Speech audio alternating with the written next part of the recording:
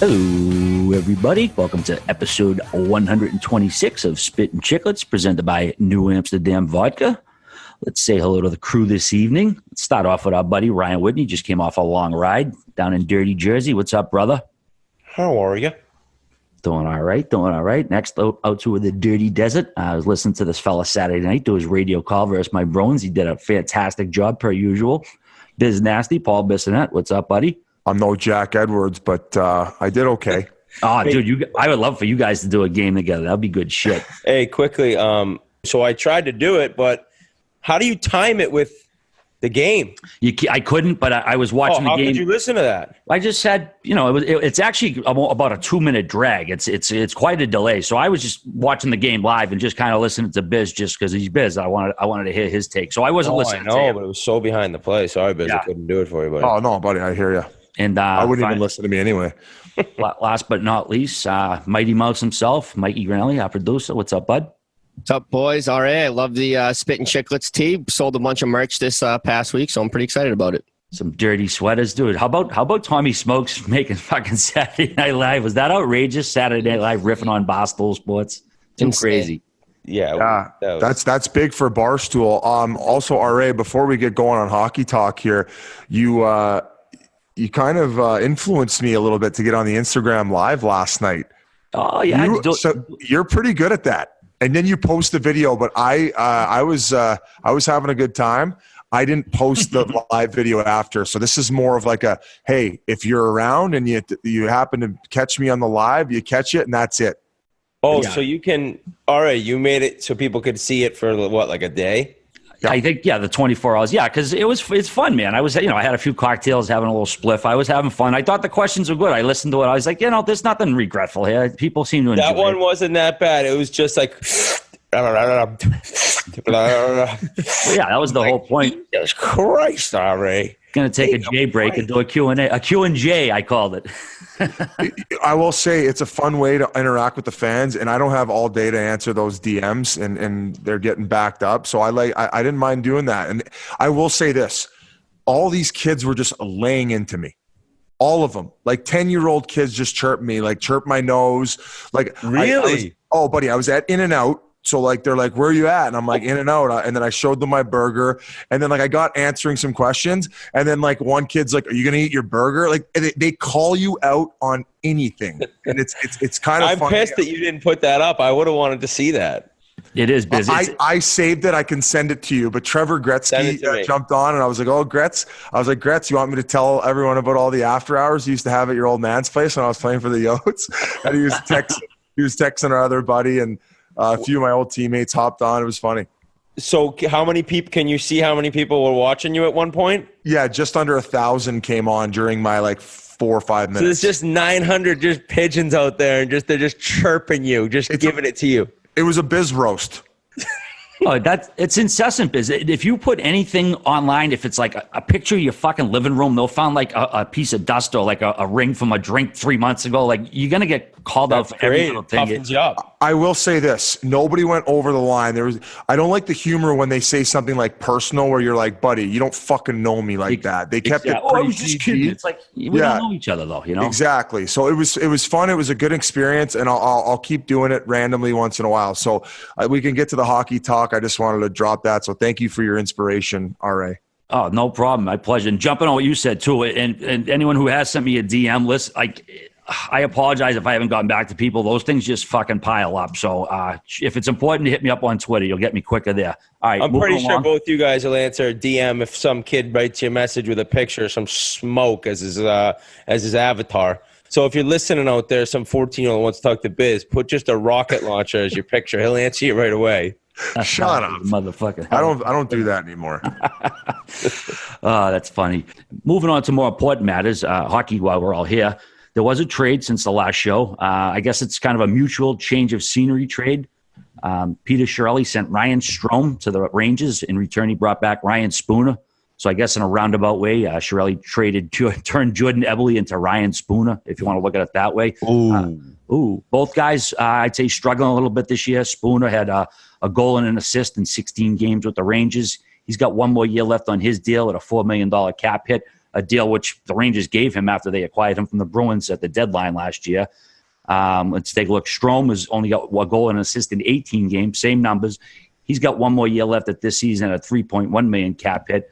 I guess Spooner wasn't fitting in with Quinny's system, but what's your take on this one, Which you played up in Edmonton? Yeah, I mean, I guess it's sort of similar to the trade we had last week of Pearson for Hagelin. I mean, obviously the ages are certainly a little different, but still, it just seems like a couple of guys who have been now on, I think this is their third team for both of them, right? If I'm not correct. I believe that is true. I mean, they're looking to find a spot where they can fit in. It seems like Spooner, I thought when he was on the Bruins, man, he had some games he was nasty. I always liked him, and then I don't know if he never really fit in, or there was always some sort of beef with him and Julian and wherever it may be. But, in the Rangers, it's the same exact instance if you're looking at Strome, who, went in the Eberle deal and now he's back, in the New York area. So, I don't really know if you're going to expect, or I don't think you should expect to see anything really different from what they've shown, unless maybe they find some magic. Maybe someone gets the McDavid, that always helps. So we'll see. Yeah, I mean, if you look at their hockey DBs, very similar as far as how they came in and how they started to elevate their play as far as point production is concerned. And then the last couple of years, they've just can't seem to find the back of the net. Just point production has gone down drastically. Guys, I didn't have a chance to watch Spooner much when he was playing in Boston. I focused more on out west. I mean, a little bit more on Strome because like they're Ontario boys and stuff. But I mean, yeah, this is just a classic shakeup of, hey, it's not working out for either of these guys in either situation, and a little bit of a switcheroo. Although I did hear Stromer was playing well in Edmonton for them, other than the point production, and just I think it's just as I mentioned, a classic switcherooski. It's two guys who are skilled, right? I mean, they both have proven that they're high-skilled players. It just shows it's so hard to get points in the NHL. You think of the superstars we're always talking about and that you see the highlights of, but for so many guys, to be a consistent point scorer is just – I mean, there's only a select few that can do it. So guys that are drafted and expected to do that, sometimes it just doesn't work out where you end up being – a top scorer, and then those people then need to change their game, be able to be a third liner if that's what's going to keep them in the NHL. Some guys aren't willing to do it. Some guys can't do it. Like they don't, have the skills or the makeup to do it. But that's what happens for a lot of guys. And then it's up to you. Are you going to change and become – listen, you're not going to be a top two line guy or a top guy in the NHL. Can you be a third line guy? And maybe that's what these guys run into. I mean, I don't know. They've certainly shown they can be high-level scorers at times. That's a great point, Whit, as far as adjusting and taking a lesser role but adding to other areas. A classic example, and a guy who was interviewed recently about it, was Brad Richardson for the Arizona Coyotes. Just played his 700th game a few games ago, and I think he had over 40 goals in junior. And then he came into the league with Colorado, and he's putting up decent amounts of points, but it got to a point where he was like, I need to add other things to my bag because now all of a sudden I'm not a power play guy. And to get points 5-on-5 nowadays is extremely difficult. Yes. Difficult. Fuck, I can't even talk like normal. But he's done an incredible job of like adjusting to being a great PK guy, a great face-off guy, adding a little bit of nastiness to his game as far as his compete level. Once in a while he scraps, but he competes like a bastard, and now he's getting one ways till he's blue in the face. I mean, he'll make $1 million, $1.5 million, and if guys want to stick around the league, once they're tailing off as far as the offensive output, you need to start adding other things to your bag, and if you're not willing to adjust, you're going to soon find yourself over in Europe. We didn't add anything to our bag, Biz. We were just donezo. Actually, well, it's funny. You started stuttering there, like when you started talking about top two lines. When you were mentioning like scores, like you can't even say it. All right. What else we got? Just to follow up what you said, Biz. When he was in Boston, he was behind Krejci and Bergeron, so he was basically the third center, but he was defensively deficient. He wasn't really perfect. He wasn't really great for the third center role here. And he like Biz said. Witt said he did very well in a lot of games, but he wasn't suited. He wasn't physically built for like a third center role, and he just couldn't find he was like a square peg in a round hole on the Claude. And then he was getting, I think, 17 minutes of ice with the Rangers at the end of last season. But once David Quinn come in, his ice went down to about 10 minutes a game, and the writing was on the wall for him. So hopefully he'll pan out a little better in Edmonton. Meanwhile, speaking of the Bruins, banged up squad right now. They played in Arizona Saturday night, Biz, the game you called. They lost Patrice Bergeron. Friday night, he got hurt in Dallas. He got taken hard into the boards by Radek Faksa. Radek Faksa. Thankfully, it wasn't his head. Looked like he banged up his shoulder. Zdeno Chara also got hurt. He's going to get looked at in a month. So the Bruins are missing 6 defensemen in Bergeron. What did you think of that hit, Whitney? Did you think that Faksa should have let up on him, or was that finishing his hit? What was your take on that? It looked like once they fell over, it was nothing much you could really do. I mean, maybe he finished him a little hard, but nothing to warrant talk of a suspension or anything. No, maybe on the edge of playing a little dirty, playing against one of the better players and trying to take him out hard, but that was just bad luck. I mean, that injury. I bet against the Bruins in Phoenix. I took Dallas too. I won that, and I was like, they can't win with all these guys out. And that win in Phoenix, Halak was sick. So fucking Bruins, fucked me. A few other injury roundup to keep everybody in the loop here. Vasilevsky, goaltender for Tampa Bay, he's out 4 to 6 weeks with a broken left foot. He suffered it in practice. Louis Domingue is going to slide into the starter role. They called up Edward Pasquale from Syracuse to back him up. It's going to be tough for Tampa Bay, man. That's a pretty big drop-off goaltender-wise, so it's going to be interesting to see what they do. Well, you saw it the other night, and they put up a 6 spot for Louis Domingue, and he let up 4 straight in that third period.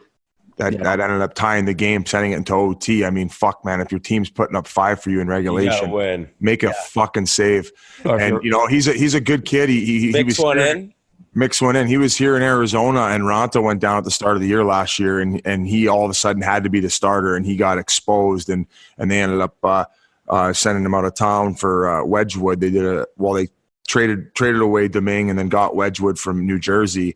But, so it'll be tough sledding for them. Luckily, they have that offense to provide those goals.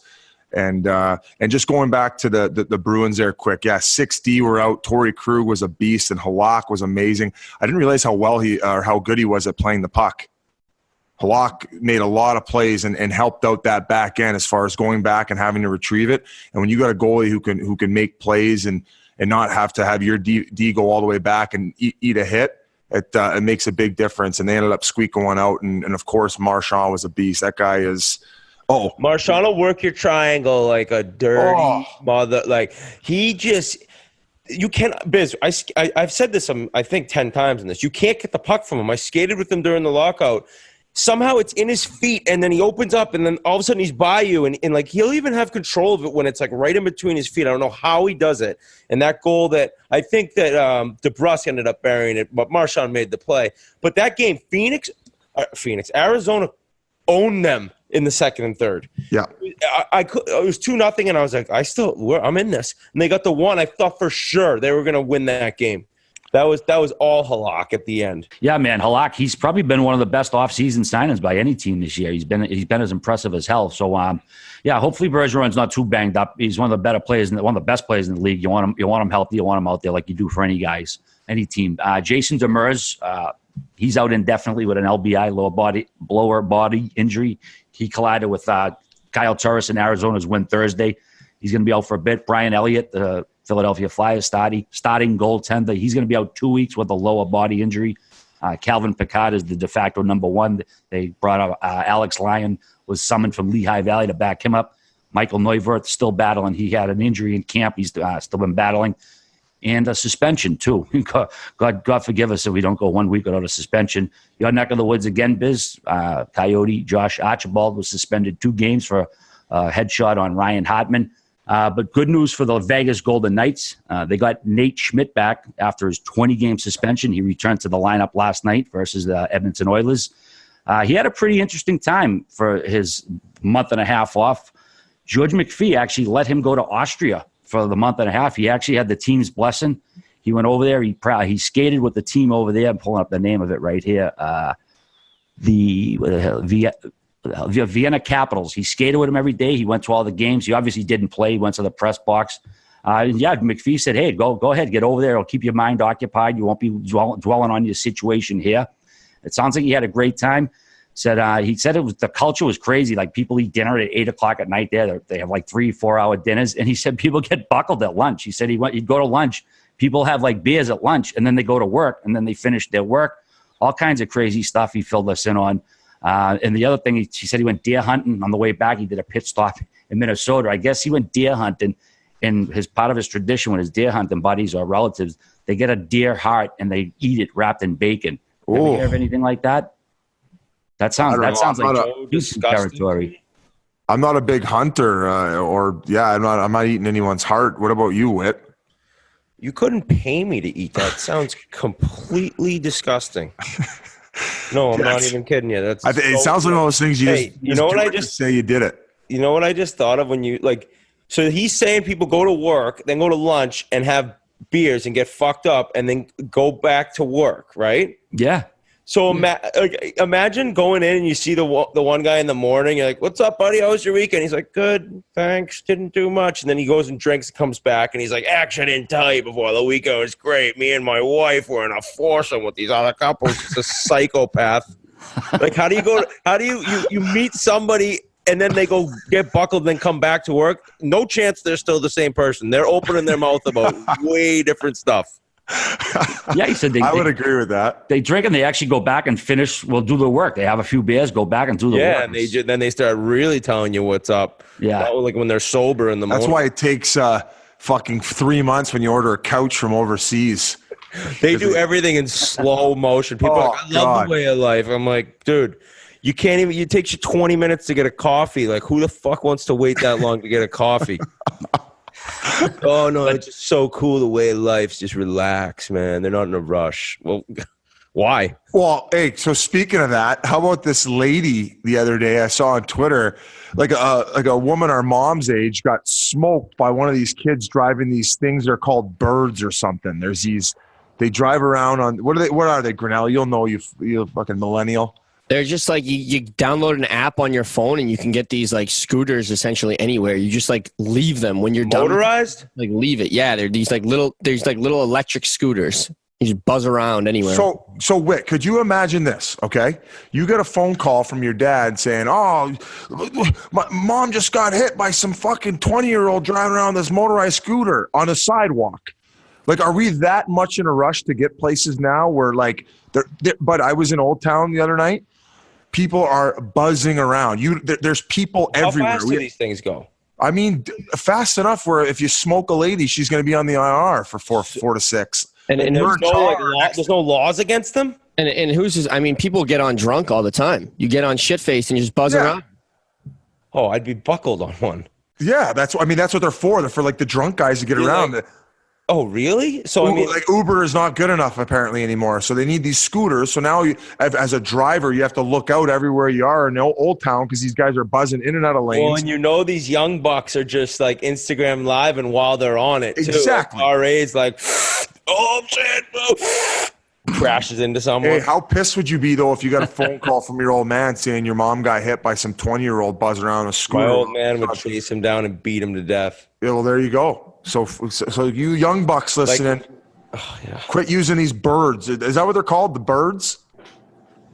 Anyway, sorry, we got off the rails there, but yeah, off the rails. That's all right. There was one other quote I thought was pretty interesting. By the way, the quote was from Jesse Granger at The Athletic, who wrote the story on it. He said, quote, "The biggest culture shock was actually the hockey and how hard they go at practice." He said to himself that he's going to be in the best shape of his life when he got back. He said, quote, "The Australian players all look like King Leonidas, shredded to the gills," end quote. He said they practice basically harder than he does in the NHL. I thought that was pretty interesting considering, Austrian league isn't exactly, one of the top tier leagues on the planet. So go ahead, Biz. I think that's pretty cool. And we can also talk about a very similar situation where Babcock, I know we guys who come on rip on him quite a bit, is a similar situation when Matthews was hurt, he ended up going on the road with them because, he basically Babcock's comments were, he's not going to play on the road trip, but he's a single guy at home. We don't want him just sitting there and twiddling his thumbs. And then he got into the mental health side of it, which I agree. Like when I'm home alone and the boys aren't around, I'm going nuts. And I know it's a different situation, but he got to go there and have that team atmosphere while Las Vegas started their season. And similar to that for Babcock, where he brought Matthews on the road. I remember being hurt all the time, and I would actually get anxiety when a homestand was coming to an end because I knew, like, dude, everyone's going on the road. I was single, living alone. I'm like, you get an 8-day trip, dude. It's just you and the one trainer that's, left behind that, works on the injured guys at home. And if there's no one else injured, and I remember being like, if I can skate in practice, why can't I come on the trip? Like, you want somebody like alone the entire time. And I think, always thought of it as, no, like you got to want guys to want to get back sooner to be able to like not be left at home. That's what I always thought. And for me, that's so dumb. I also think Matthews is such a superstar that he's going on that trip. If that's a guy that was in my like bracket in terms of the league, he's probably getting, left in Toronto, I think. I don't know if Babcock's doing that. Yeah, and I'm going to read you the quote here. Here it is from Lance Hornby on Twitter. It says, Babs on why he took injured Matthews on the road trip. If you're a married guy, you've got 3 kids, you can be home with your family. But when you're a young guy sitting in Toronto in your condo, what do? These are your buddies. Mental health is as important as the physical part. And, Babs, I think that's a big boy move there and a smart move. And I know he gets ripped on, as I said, but I think that's similar to the Smith situation in a sense where he got to go be in that team environment, experience something new where he wasn't really sitting at home thinking about the negative shit. Yeah. And he's going to dinner with the guys. He's chilling, having nice long lunches. Have long lunches after the bag skate.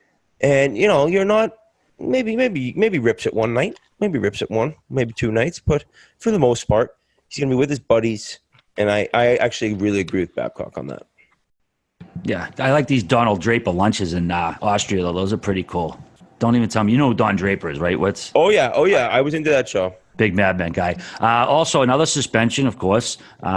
Arizona Coyote Josh Archibald got a 2-game suspension for a headshot on Ryan Hartman. Serving that currently right now. And speaking of the Coyotes, we are going to be bringing Dylan Strome on very shortly. Biz, did you have anything on that suspension? Did you think that was appropriate? No, it seems like he was remorseful right after the hit. I thought 2 games was fair and, no complaints from the Coyotes organization. I think we know where the game's at now. And he was just going to finish his check. And I think he the Hartman kind of whoopsie-daisied him and he made contact shoulder to head and just happy Hartman's all right. I know he was down on the play, but hey, this game's fast and you're going to see some of those collisions sometime. But talking about the Strome interview, I really liked what he had to say. We dug deep on a few separate issues. And what do you think of it, Whit? I thought it was great. Really nice kid. Biz, you got an in with all these young guys around the NHL. They all love you. They're all hanging with Biz, so it's big for us. And he's just, you can tell, he comes from a good family. Yeah, no, I like the young bucks, man, that young energy. I'm young at heart, so why don't we send it off to Dylan Strome right now, and hopefully you guys enjoy the interview. This interview is brought to you by Herbal Active, the 100% hemp-based CBD product we've been talking about all the time. It is unbelievable, and they have a Cyber Monday sale coming up, and, of course, a Black Friday sale, Biz 30. Now you're going to get 30% off, not 20%, 30% off on all drops and mints. I use the level 3 drops every morning and night before I go to bed. They're unbelievable. They help me with mental clarity. They help me with inflammation. They help me with sometimes, I'm going through a little bit of depression. Things aren't going well. You know how it goes. But that is Herbal Active. They've hired someone on their social media team to answer all the questions you need answered. That is Herbal Active, URBALACTIV. You can follow them on Instagram, Twitter. You can message them, as I mentioned, any of your questions you want. It is a great product. They also have Balm, which is awesome for sore muscles and joints. They have amazing dog treats that I give to my dog, Packer. I fucking love you, Packer. So check them out. They have a Black Friday sale, Cyber Monday sale, 30% off with Biz30. All the other stuff other than the drops and mints, you can get off 20% off Biz20. But for now, Biz30. Herbal Active, check them out. It is a pleasure of mine to introduce first-time guest, a member of the Arizona Coyotes, not a big deal, drafted 3rd overall in the 2015 entry draft from Mississauga, Ontario, like half the guys in the NHL from Toronto area. Welcome to the Spittin Chiclets podcast, Dylan Strome. Hey guys, thanks for having me. That's it? That's all I'm getting back? What's up? Well, at the beginning, I didn't know how to start it. Hey, can we talk about how when you came on the line before we introed you and RA said, hi, Ryan? Yeah, I know. I'm not a fan of RA because of that now. So are we I love the beef. Are we nixing all RA questions this interview? No, I'm just kidding. I love RA. Yeah, you'll be screwed if you do, Biz. Well, I guess let's start off. Man, you've had a great start to this NHL season. I guess we can go back to last year where you were called up for the last 10 games of the year with the Arizona Coyotes after spending a majority of the year in the American Hockey League. And you ended up putting up 8 points in that 10-game span. That had to have been fucking huge for you to get your confidence coming into this year. Yeah, for sure. Obviously, didn't go as planned at the beginning of the year. Played 2 games, then got sent down, and then we had a great team in the AHL. So got some confidence there, got a lot of points, and just got called up again. Didn't go well again. The team was losing. I think we were like 1-10 the next time I got called up, and then I got sent back down again, and then got called up at the end of the year. And then like you said, just obviously huge, getting some points and getting some confidence, and just obviously building into the summer and just hopefully trying to have a good start to the year. And I think last year at the end was definitely huge for myself. There's obviously big changes between the AHL and the NHL. Speed, size of the players, the intensity of the games. What for you has been the biggest adjustment going from the AHL to the NHL? I think just the biggest adjustment is just the speed. I think it's not even about the speed of the skating. It's more of the speed of everyone's mind. Everyone's always in the right position. There's never a guy that's in the wrong position, and if someone is in the wrong position, it usually ends up in the back of your net. So the AHL, there's guys out of position, but sometimes they don't take advantage of it. Whereas in the NHL, if you're the centerman down low and you lose your man, it's probably going to end up in either a grade A chance or a goal. So I think you just gotta kind of find your way and learn how to play at both ends of the ice and get relied upon by your coach. And I think that's just the biggest difference for me. So, last year, I know you got called up a couple different times, you said, but you're doing exactly what you got to do down there. You're over a point per game. You're lighting it up. So the times that you're, the time you got sent back down, are you furious, or are you kind of like, whatever, I just got to go down and continue to dominate down there? The first time I was obviously not happy. I only played 2 games, and I played 7 the year before, and then I got sent back to junior. So I was kind of looking forward to, hopefully getting, a bunch at the beginning and seeing how I do. But, obviously we lost the first 2, and, I didn't play very much in the second game, and then they just said they wanted me to start playing more. So, got sent down, and then, I was pissed and obviously wasn't happy, but at the same time, sulking and sitting around and moping and complaining isn't really going to get you anywhere. So we kind of just went to work, and we had a great group of young guys down there, and we were winning lots of games. I think we were 15-4 to start the season, and then we were all scoring. We were having a good time. And then, the second time I got sent back down, I kind of knew it was coming. I didn't produce enough. I didn't help the team win. The team was losing, and I kind of saw it coming. And then the last time, the team was doing better in general. So, it just makes it so much easier to play when the team's winning and you're contributing, and then everything's good and the mood's obviously lighter. So, but yeah, the first time I was definitely pissed. So I always wondered, you had a little bit of an experience in the NHL. You got the 7 games, like you said, and then you went back to junior. And I've never actually asked anyone, was it just so easy? I can't even imagine. You lit it up. You had 75 points at 35 games. But coming from the NHL in those 7, was it just like everything was so slow to you that last year in the O? We had a ridiculously good team my last year in junior, so that made it a lot easier. But I don't know. It's like when I got my first year when I made it, I was there for like 20 games, I think. So I got scratched for 13 and played 7. So Like even when I wasn't playing, you still have to like, you still have to bag skate and like do all that stuff. So when you're not playing, and I was never used to that. I've never done that yet. To do the extra workouts, do all the things that like the scratches have to do, and I was never used to that. So going back to junior, it was kind of a different to just play so much more. You're playing 20, 25 minutes a night, whereas if you do get in the lineup when I was up in the NHL, I was playing like 12 minutes, 13 maybe at the most. So it was just it was a lot slower, yes, but you're also a lot more tired because you're playing double the amount as you were playing for the past 2.5, 3 months. So Stromer, this one's going to kind of I want to get inside your head a little bit. Is it difficult for a guy who goes third overall, especially after McDavid, Eichel? I mean, Mitch Marner was behind you, so was Noah Hannafin, and all these guys kind of jump in and make an impact right away.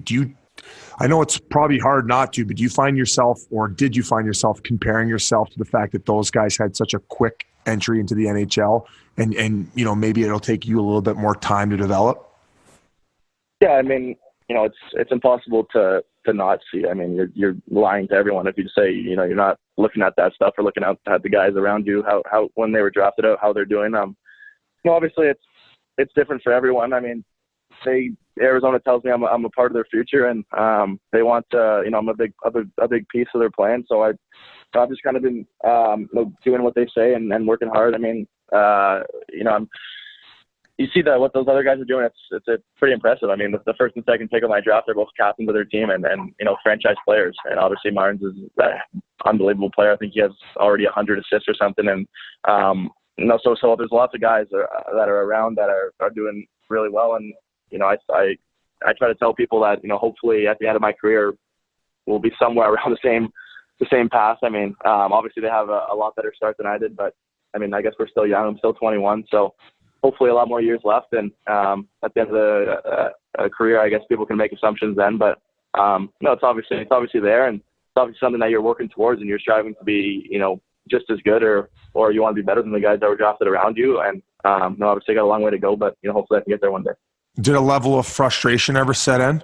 Were you ever just like fuck, I'm sick of these comparisons, and did it ever get too much where maybe you needed to reach out to someone for advice?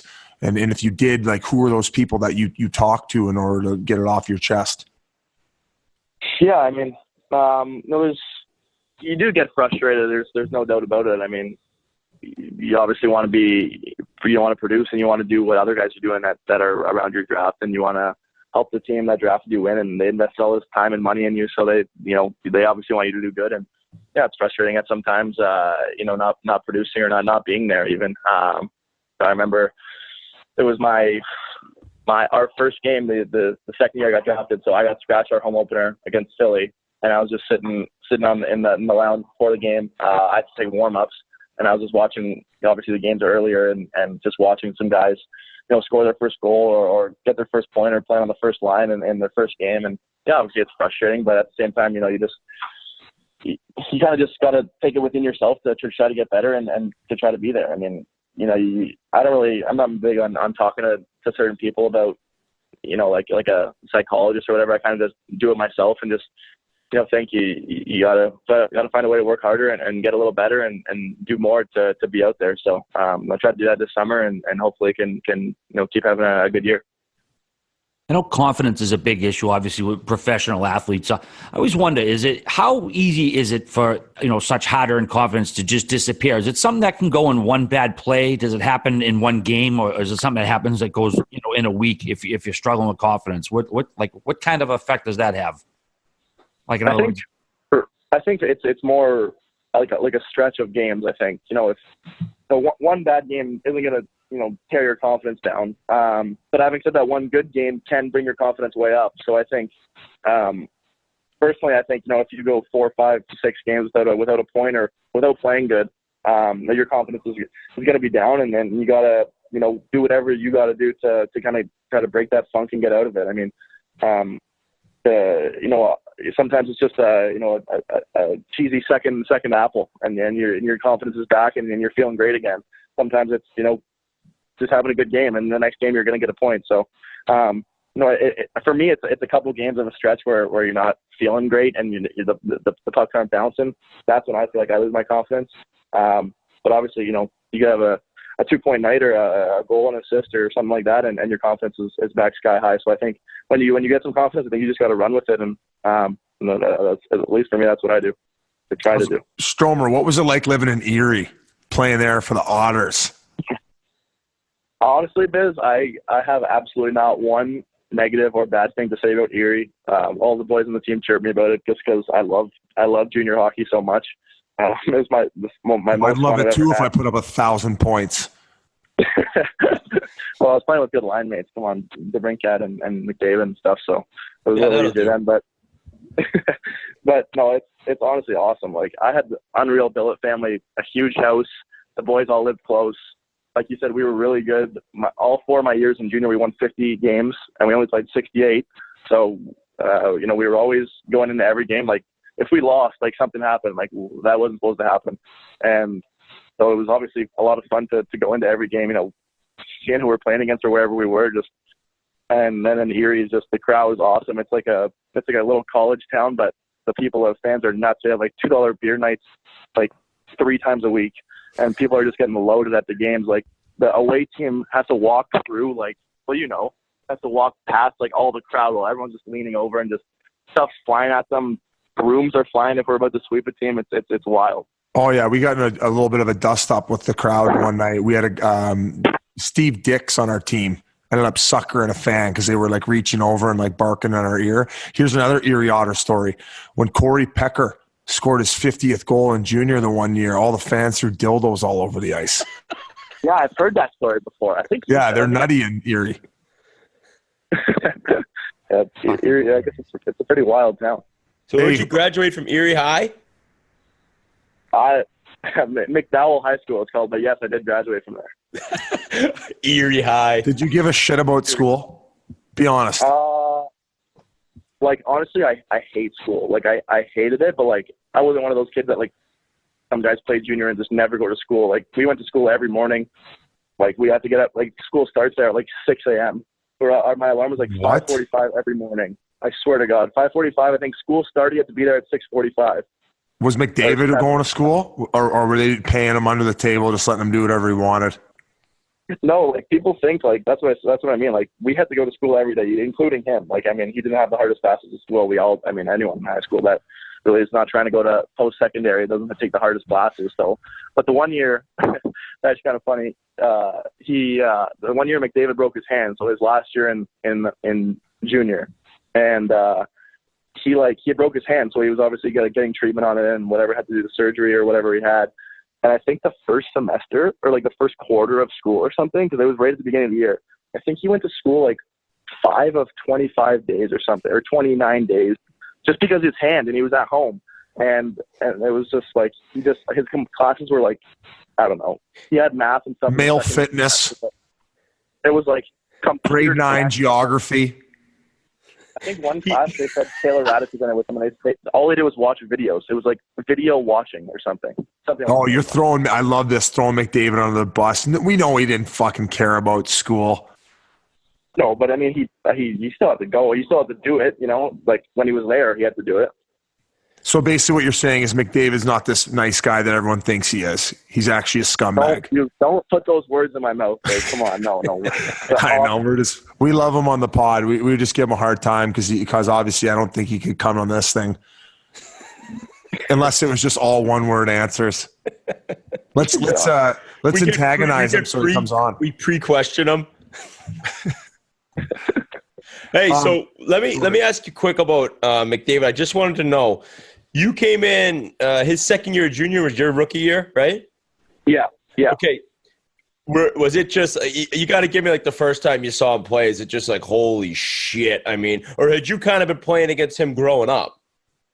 No, because he was a 97, same as me, but he played 96 his whole life. So like I had never ever played a game against him, like ever. Like we played on the same team for that all-state, all-Canadian, this little bantam thing that they had for a couple of years, where like the best players in Canada went to this thing, and that's the first time I ever seen him play. And then we got drafted. Well, he got drafted, and then I got drafted next year. And I just remember my first exhibition game in Erie we played at Mercyhurst rink, like the college or the university there. The rink has like like seats on one side. They're not even seats. They're like those metal benches on one side, and then nothing on the other side. And our first game was against Niagara, and the line was Burakovsky, McDavid, and Brown, and we won 6-2. And all three of those guys had 6 points. Like no one else had a play on the team except those three guys. So won 6-2. Just zipping it around. It was unbelievable. What's the Brinket like? He's probably my best friend still to this day. We lived together for the last 2 years in junior. He moved into my billet house. He didn't even have a room. We had a big basement, but he had like his bed was just around the corner with like no door or anything. So we shared the same shower and washroom and stuff, but we were fine. We had a great time. He's an awesome guy. And people ask me like, how do you think, like last year, how do you think he's going to do in the NHL? And I'm just like, this guy will find a way to score no matter what happens. Like anytime, I don't know how he does it. He doesn't have like the hardest shot. He has a quick shot and an accurate shot, but it's not like he has the hardest shot. And he just finds a way to score. Like even the goals last night, he scored 2. One was a pass from Taves that he just got the shot off like unbelievably quick, went high blocker, and then he finds a way to get the OT winner. And it's just I don't know how he does it. So good work ethic on him. Good work ethic on him. Yeah, really good. Hey, so he's just a guy that like you probably laugh when he gets some goals. You're like, of course he gets that one. Everyone has a buddy like that, right? Like that just always somehow sleazes his way in to get a tap in an OT, and you're just like, fucking DeBrincat. A couple of times in junior, we were on like I was with when Taylor Radish, me, and DeBrincat were aligned together, and then sometimes we would get split up. So like DeBrincat would be on a different line, and he'd get a point, and me and Radish would just look at each other and be like, of course, like Dever finds a way to like. He has like 4 goals this night and like just tips or like backhands or somehow that no one else would score except him, but he walked away with a hat trick. Your coach, Rick Tocchet, was as tough as hard-nosed a player back in the day when he played. But what's he like to play for as a coach? Is he a real old-school guy, or does he kind of have to like modernize his approach with young guys? I think he does a little bit of both. He's real good with young guys. We go on ice early with him at practice. He does little skills stuff and like shooting drills before practice, and I think guys really like that, and especially with the young guys.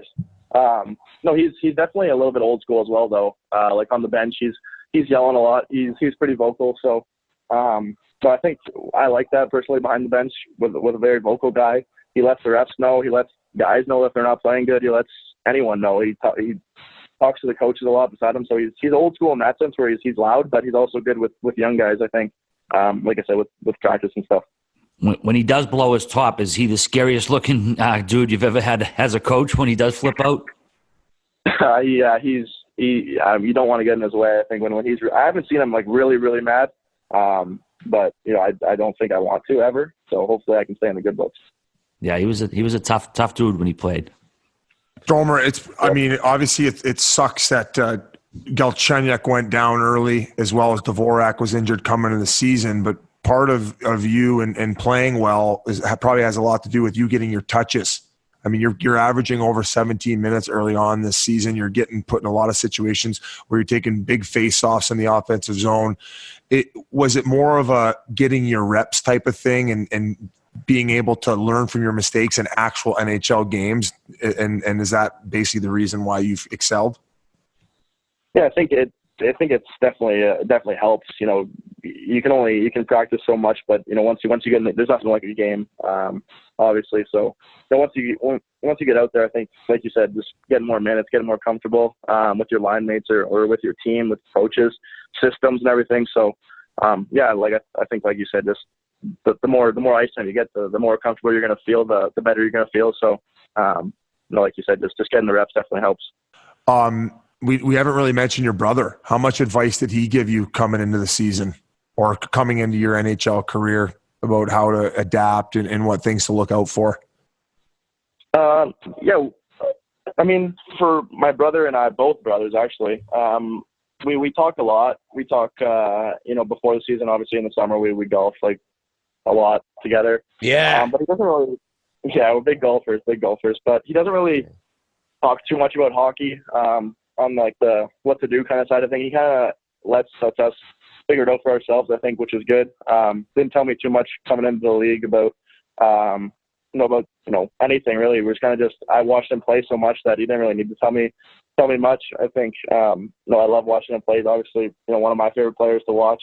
But at the same time, we obviously compete against each other and we play against each other. So it's always a battle when we get out there. But not too much communication about hockey, before the season or anything like that. So he's 4 years older than you, right?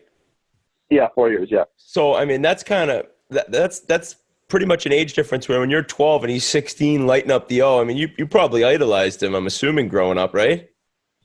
Yeah, for sure, and especially my younger brother being only 2 years apart from me. So, like you said, when he was 16 and 17 in the O, we were 11 and 13, and we loved watching him. We went to almost every game he played in Niagara. We were his team's biggest fans. We knew all the fans there. We knew all the ushers. We knew everyone. We were talking to people. Our grandparents would go to every game, and we wore jerseys. We were the biggest fans, and he was doing so good. So it was so much fun to watch, and I think that's really where we both kind of wanted to play in the O and do kind of follow his footsteps of what he was doing. So it was so much fun to watch. It's so incredible to me. The odds of playing in the NHL, it's like getting struck by lightning. It's so rare to have, get to that top level. And in your family, you got 2 kids, and then you got a third brother who'll probably end up playing at some point. So did your dad play growing up? Did he know a lot about the game? It's just incredible to think that your house, all 3 of you mutants, are going to be playing in the NHL someday. Yeah, Biz had a big popular comment on my Instagram when I posted that my brother got drafted. Said, "Is my dad selling a sperm yet?" And he got like 400 likes. I'm sure he was fired up about that. But fuck you. He loves that joke. My dad played. He played decent level hockey. He never played professional or anything. I think he was a big lacrosse player. He always loved playing sports. He was a pretty tough lacrosse player. He still sends us pictures from some of his fights and some of his team pictures from back in the day. He had the big mullet going, but he was just a hard working lacrosse player, I think. And then married my mom, and they're both, I guess we got a good genes. They're both pretty tall. My mom's like 5'11", 5'10", 5'11", and my dad's like 6'3", and they really forced. I think it didn't force us. My dad loved hockey, and we watched it all the time. And then my brother started playing, and I guess it's just a trickle down effect. Like you watch your older brother play, and you just want to play. So your younger brother wants to play, and then that's all we did. Like we would just get home from school, and I was usually the goalie. I would just strap on the pads, and we'd play on the road for like hours. And my little brother we would play like these stupid games. Someone would end up crying or fighting or slashing someone or yelling. But that's what brothers do, and I think that's why we have so much success, just because we love the game and we love to play, and we always had a stick in our hands. We're always competing, and I think you learn to win and to appreciate the game like that. Surprised you turned out to be such a pussy, considering your old man was a bit of a tough guy in the lacrosse league. But anyway, aside from that, I knew a trip went back after that. Is there anything off the ice that you're into that might be a little different than what maybe normal people don't do? I know you said you golf, but is there anything like like Harry Potter books or some weird shit? Harry Potter. No, not. I don't really read at all. I'm trying to start. Matt Nickel back home, my trainer, wants me to start reading, so I've been trying to start reading this year. But I play a lot of Xbox. I'm not gonna lie to anyone. I play the exact opposite of what he wants. A lot of Fortnite. I used to be a huge gamer of Call of Duty and Halo, but now I'm just strictly Fortnite. And we get a bunch of the guys going here and get some squads going, and we love playing. So me and Krauser, Loss and Kraus, we're in the same house right now, and we have rooms that are probably 5 feet apart from each other. So when we play Fortnite with each other, I can hear him on the headset and on his actual voice. So I'm just getting triple Krauser words just flying at me all day when we're playing. Chick hears us yelling all the time. It's awesome. Do you guys play on the road, or do you guys ban that? We haven't banned it. No, last year we brought it, I think, one time on the road. I think we Wedgwood was bringing his stuff. Great kid, but then he got traded or he got traded to the Kings. You think it's because he brought his Xbox on the road he got traded? Fuck no, but let's start that rumor, and then we'll put you as the headline. It's gonna be perfect. We had so many clicks to the episode. It's gonna be great. Who do you hang out with on the team? Kels? You hang out with Kels? Yeah, we got like our group of friends. I would say like that we hang out with most is Keller, Fisher, Dvorak, Chikrin, and Krauser. So 6 of us. Hey, how dumb is Kels? Like on a scale of 1 to 10, how dumb is Kels? Like he obviously doesn't show it on the ice because he's ridiculously good and really smart on the ice. But we do call him a brick off the ice. That's his little nickname. We call him. Hey, he just like eats, plays hockey, plays Xbox, and that's it. That's all you get. Yeah, and he likes like weird stuff too. He likes weird, like he like loves cars, like really nice cars. Like he has to take a picture of it. Like he's taking a picture 100%, and he's sending it to Chikrin too. That's the worst part. Oh, Chick's a big car guy. Chikrin hot as shit. He's so handsome. Yeah, he might be part of your guys' man rocket. Do you ride his coattails, Stromer? Do you ride his coattails at the bars? No, he's like has like the highest standards of all time, like of all time. Yeah, so. When you look like that, you can. Well, yeah, I guess, yeah, you're right. Stormer, you got a girlfriend? Yeah. No. Are you like me? You just hey, are you like me? You guys are off and on every 6 days. I don't like to make it public. I mean, there's a lot of weird people out there, so I don't like to make it public. Yeah, RA will be following one of them. Time. Grinelli will be taking pics of her legs, or probably yours instead. that foot model's coming back on here probably for RA. Anything else? Oh God! Hey, I brought her on. That was my foot fetish girl. One quick one. If you were the middle brother, how come you didn't make the little brother play goalie? That always happened to me. I love goalie. Like that was my thing. Like I used to play goalie like growing up, and when I was like 4, 5, and 6, I was like a big goalie. Like I just loved like all my track pants had like holes in the knees from like the pavement and the road, and my mom would get so mad because I would just come home and like getting drafted so high. Pardon? So no wonder you kept getting drafted so high. Very funny, bit. No duh. That's what RA says. No duh. Anything else you want to talk about? Anything you thought of? No, thanks for having me on. Really appreciate it. Love your guys' stuff. You guys are awesome. I watch, like, it makes car rides so much easier just throwing on the pod and just getting all the way to the Gila. You think Kels is going to fire back? He better. He better. I don't know. Probably, yeah. Okay, well, we'll stir the pot, and thank you for coming on, buddy. Good luck the rest of the way, and go Yotes, the biggest undercover wagon in the league. Appreciate it. Thanks. We're going to start getting some wins here. Fuck yeah, we are. Good luck, dude. Thanks for listening, brother. Thanks.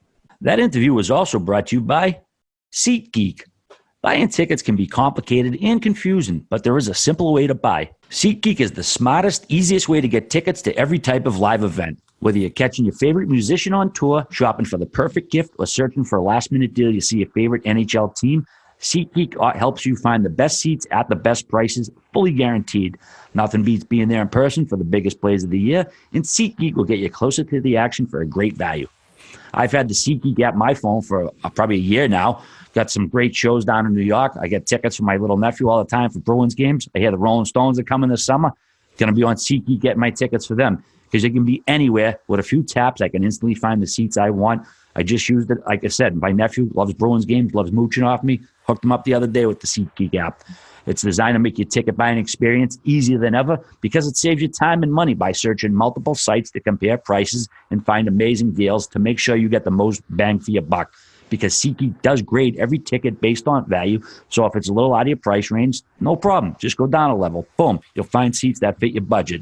Plus, every purchase is fully guaranteed, so you can shop for tickets on SeatGeek with confidence and not worry about some dirtbag scalper taking your dough and running down a Faneuil Hall and buying some beers with it. Not going to happen on SeatGeek.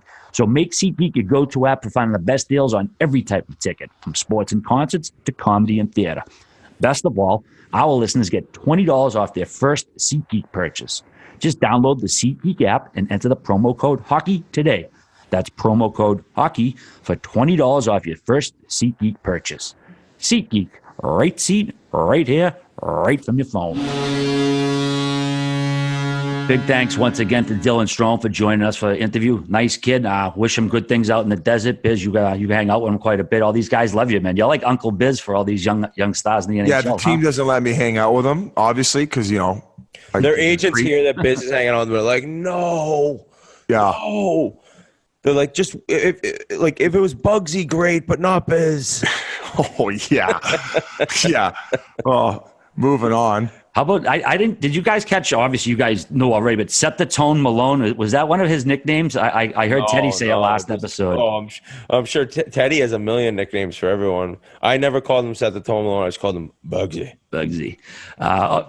What's this? A seventh one already this year. Another player has played his 1,000th NHL game. This time, Dion Phaneuf played in his 1,000th game the other night for the Kings. He's done it over 14 seasons with Calgary, Toronto, Ottawa, and the Kings.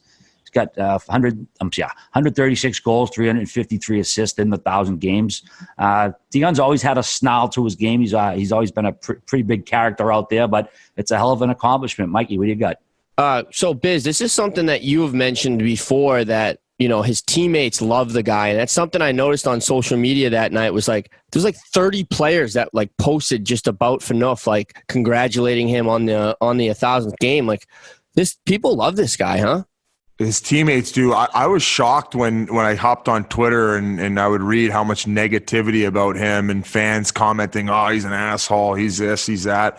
I was like, fuck. I'm like, I don't know, man. Like I played under 18 with him. Like maybe he turned into a bad guy, I guess. But every time I've seen him, he's fucking awesome. He's the same guy. And yeah, it's very misleading, chirping, right? Isn't he just always chirping? I love that. God, he loves laying into the young guys, but he's harmless about it. And he's real cocky about himself, right? Like, fuck, I look good, boys. Like in his clothes and all that stuff. Yeah, he's got the Jovanovski cockiness. Like, oh, Jovo, you got any change for 20? He's like, that is change. or hey, Jovo, that's a nice sweater. What kind is that? Expensive. It's like, okay, Jovo, good seeing you, buddy. Just dropping $500. Won't even tell you where he shops. Oh, yeah, no. But congratulations to Dion Phaneuf. And yeah, congrats. I was quickly going to say, first 3 years, 82 games, 20 goals, 49 points as a rookie. Second year, 79 games, 17 tucks, 50 points. Third year, 82 games, 17 goals, 60 points, 182 PIMs. I have no idea what the answer to this is, but I would wonder who between now and when that happened in 2007, 2008 as a defenseman has had 60 points and 100 and over, say, let's say over 150 PIMs. He has 180 because that's a big year. So he had some dominating seasons, man. I mean, obviously the foot speed slows down a little bit. You're not going to be the same. People kind of always chirped his decision-making, but he made an impact. Guys knew where he was when he was on the ice. And on the power play, he had a complete rocket from the point. So he got a bunch of one-timer goals, and he came on the scene loud and like just killing guys. I remember that year. He was a big story. So congrats to him. Hell of a career. Yeah, I think he broke in first year after the lockout, if I'm not mistaken. Yeah, I was a rookie that year too. I had like 38 points. Quick drop in. Shout out also, man. Braden Point scored had a natural hat trick in 1 minute and 31 seconds. He didn't touch the record by Jim from American Pie. He's got that record. Come on, Biz. I sympathy laughed at that time. I mean, help me out, Grinelli. You're chuckling over there. What? Do you know what he's talking about? Come on. I'm peeling an orange and my microphone was on mute. I was just like, oh. You didn't see American Pie, Biz, when he fucking shoots the wads in his shorts before he even gets near the girl? You never saw American Pie? Yeah, I mean, it's just like tough to tie it into the reference of the whole thing. Man. We got to go to the fans on this one. Right. We got to listen to the fans. So we need to hear from you guys. Did you guys get that right away, or was that one of those ones that, like, now that he explains it, you're going to pretend that you knew exactly what the fuck he was talking about, like half you schmucks do? Anyway, Let's get back to hockey. Anyways, he was the 6th fastest in NHL history for the record. Bill Mosienko scored 3 goals in 21 seconds. That's a record. I don't know if anyone's ever going to beat that. I don't know how the hell he managed that, especially in 1952 when guys weren't exactly a fleet of foot like they are today. Yeah, it's nuts. It had to be a couple dump-ins, like dump in, goal, maybe quick, like dump in and like rebound goal. No, I was going to say 91 seconds is insane. And then I saw that the record was 21 seconds, and I'm like, that's never getting touched. I need to see video of that. Is there video of that, or that happened before there was even cameras in the NHL? 1952. I'd be shocked if there's video of that. Maybe there's a few paintings. A horse to the game. Horse? course. And one other record, it was a team record. Mike Hoffman set the Florida team record by getting at least a point in 15 straight games. He's got 8 goals and 10 assists, 18 points in that stretch. He also became the 11th player in NHL history to post a point streak of 15 games or more in his inaugural season with the team. A fellow by the name of Wayne Gretzky's got the overall record. He did it 23 games with the Kings back in 88, 89. So shout out to Mike Hoffman. He's been settling in pretty well down in Florida after the trade. What's up, All right, quick question here. So you said that record as far as with a new team was 23 games. What was the overall record of consecutive games with a point? I think it was Gretzky with 50-something, was it not? Yeah, Biz, I'm not sure what the exact record is, but I know Gretzky had 51 straight games to start the season back in the day, which is pretty crazy. I don't think anyone's going to sniff that like a million of his other records. Although that is the record. That is the record. And it was 61 goals, 92 assists in the first 51 games. Oh, my God. Imagine how fun hockey would be. 3 points every night. Drinking. Just like practice, no shoulder pads on. They didn't wear helmets or shoulder pads in practice back then with those Oilers teams. Imagine buzzing around hungover after getting like another 4-point night, just snapping around with mess. It was like Club 54 every night when they were going out too. Speaking of fun and hockey, how about the Rangers trolling Yans when the Florida Panthers went to MSG and they put the Family Guy, what's the worst name in the English language? And then obviously the response, Keith. And then they had a picture of Yan's reaction and then and Hazy's reaction as well. Oh, I was laughing so hard. Keith texted our group chat and told us about it. I was laughing, but you got to get like till I saw the visual, I didn't realize how funny it was because a decent amount of the crowd at MSG kind of like when they said it, like started laughing. Like they were like, oh, they're just trolling Yandel, especially with his picture up there. I texted Hazy. I'm like, did you tell them to do it? He's like, no, I didn't. I just love it. It's like Keith Yandel. So he knows you don't name your kid Keith. That was so good, though. Oh, my God. Did we get that up on Chiclets? Yeah. Yeah, absolutely. What do you think of it, Grinnell? I thought it was hilarious. I thought it was absolutely hilarious. I think Hazy did tell someone to do it, and he just won't even admit it. Definitely did. Like, why would they have put him on there? I mean, like, everyone knew they were boys, but wouldn't you put on the guy who's like, hey, put this up on the big screen? They should have put their cock talk audio on from Spittin Chiclets the last time. About Hank? Hey, Hank. How about you go to MSG and you're waiting to see like who would be a great star that you see? Robert De Niro. You're waiting to see like Johnny McEnroe, and then you get at the commercial instead you get a Family Guy clip. Yandel. Yeah, you got to think Hazy had something to do with it because when's the last time you actually saw a split screen on a jumbotron with players from each team? That's pretty unusual. Looked like a Chiclets episode. Yeah, that is weird. I agree with that. Oh, how about RA getting roasted in the Instagram comments of us posting it and being like, RA's so pissed it wasn't a Simpsons clip. Yeah, I'm not even sure I saw that Family Guy clip. I haven't watched Family Guy in ages. I watched the first couple seasons, and then they left and came back. But it was funny. The story is that Keith was with another one of our good buddies, and they were just like kicking it on the couch having beers one night, like late night, and they're watching Family Guy, like both just watching in silent, and that actually came on, and they just looked at each other, started crying, laughing.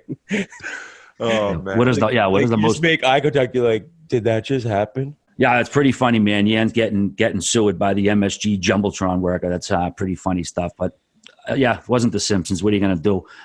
More discipline to talk about. Josh Morrissey was fined roughly $8,500 for interference and unsportsmanlike for what Biz would term a through the earth's crust hit on TJ Oshie. The similar hit we saw with Matheson on Elias Pettersson or Peterson or however you want to pronounce it.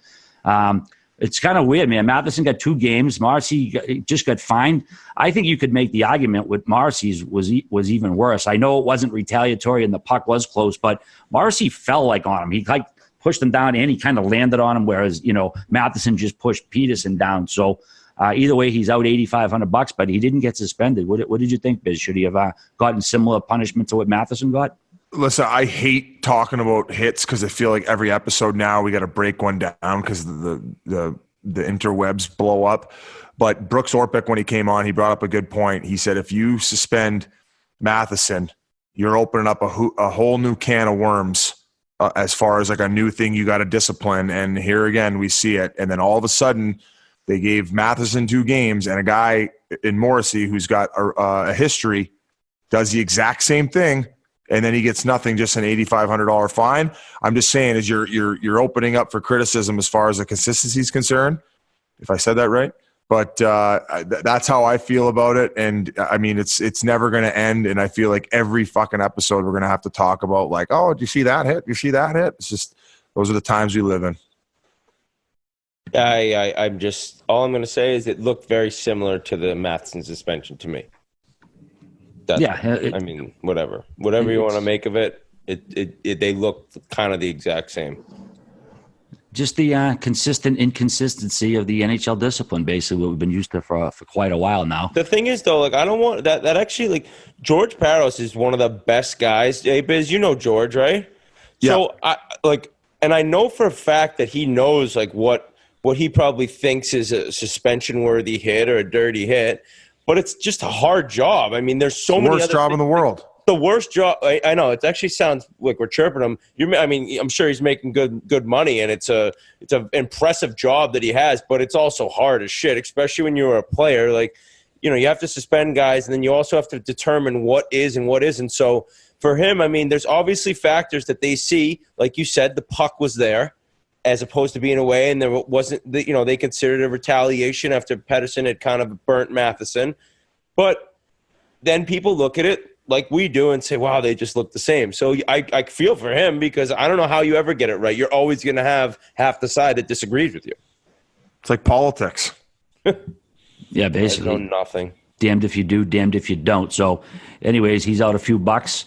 Bizman, we've been hearing quite a bit about the Minnesota Wild. A lot of their fans have been, wondering when we're going to give them some love. And I'd say probably right about now. I know they have lost their last 2 in a row, but they're in the arguably the toughest division in the league, and they're doing well. It's weird. They're not leading the league in scoring. I mean, let's see, they're 12th in goals per game, 7th in goals against.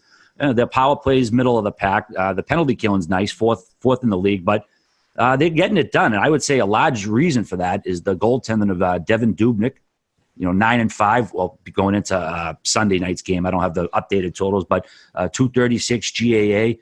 And a .925 save percentage. I'd say he's probably doing the bulk of the work. They're getting some nice balanced scoring from all their lines. But, I think this is a team, like we've said before, over the years, this is a team that until they have a playoff run, they're going to just be known as the team that doesn't do anything. I mean, their playoff history is basically Andrew Brunette undressing Patrick Waugh to get him to the conference finals, but that was 15 years ago.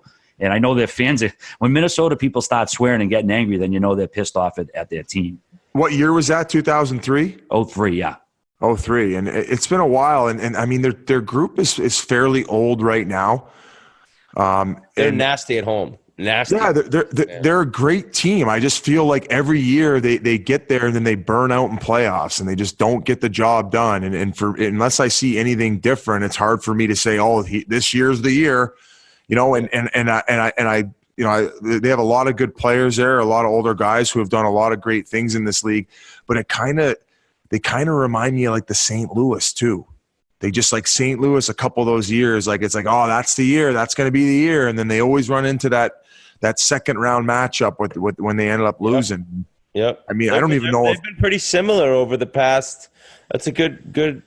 I mean, I wonder actually who's had more wins since 2003, the Blues or the Wild. But I feel like they both had some rough years around like 2006, 2007. Maybe I'm wrong there. And then got better. Like I'm thinking like when Backus got to St. Louis, that was probably 2006. They started getting good.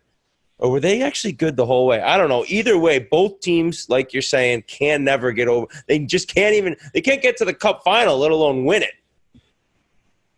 Right, and until they do make a run, then they're going to have a frustrated fan base and podcasts who kind of goof on them a little bit. I'd like to see them make a run, man, because Minnesota does have some great fans. They did suffer a terrible loss when the North Stars went south to Dallas. They didn't do anything, and then won it. And then won it, right, exactly, and not long after they left. So, I wouldn't call them a tortured fan base, but there's certainly more tortured fan bases in North America. But there's good people there. They're good fans. They deserve a little more. So hopefully the Wild can provide it for them. Meanwhile, we got one of the young budding stars of the NHL coming up right now. Ottawa Senators forward Brady Tkachuk. He just got back after an injury. First game back, had a nice little tilt. I don't know if you guys caught that. Defending his teammate was good stuff. So without further ado, we're going to bring our pal Brady Tkachuk in right now. This interview is brought to you by Thursday Boots. Money, power, a great pair of boots. You can have it all. Want to know how? Stop what you're doing, because I'm about to ruin. Go to your nearest computer, open your internet browser, and type in the following. ThursdayBoots.com. That's ThursdayBoots.com. Pick out your favorite pair of beautiful handcrafted boots, add it to your cart, click checkout, fill out all your personal information, click purchase. Boom. It's that easy. You got money, power, and the best pair of boots money can buy will be all yours. Winter is coming here in New England. I need a new fresh pair of boots. Thursday Boots is going to hook me up, and they're going to hook you up too. Because while results may vary, particularly regarding the money and power, you're definitely going to have a piss of pair of boots, and that's what you need in the wintertime.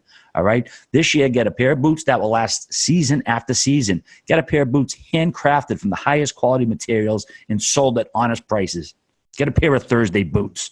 So head on over to ThursdayBoots.com and use the code FREESHIP2DAY. That's FREESHIP 2DAY. Money, power, and a great pair of boots are now only 2 days away. And now we are pleased to bring back, we can now call him a reoccurring guest because he's been on before we added the talents of Biz. And he's now in a different place in life. First round pick, stud, Ottawa Senator, former Boston University Terrier, Brady Tkachuk. Thanks for coming on the Spittin Chiclets podcast. How you doing, buddy? Great, thanks. Thank you for having me. Oh, dude, so a lot's changed, right? We talked to you before in the middle of the World Juniors in Buffalo. That was last year, correct? Yes. Okay. It was. So tell me how you're feeling. You know, the season's going great for you, and where you at in life right now? How happy are you, dude? Yeah, it's been pretty exciting past couple weeks. It was tough.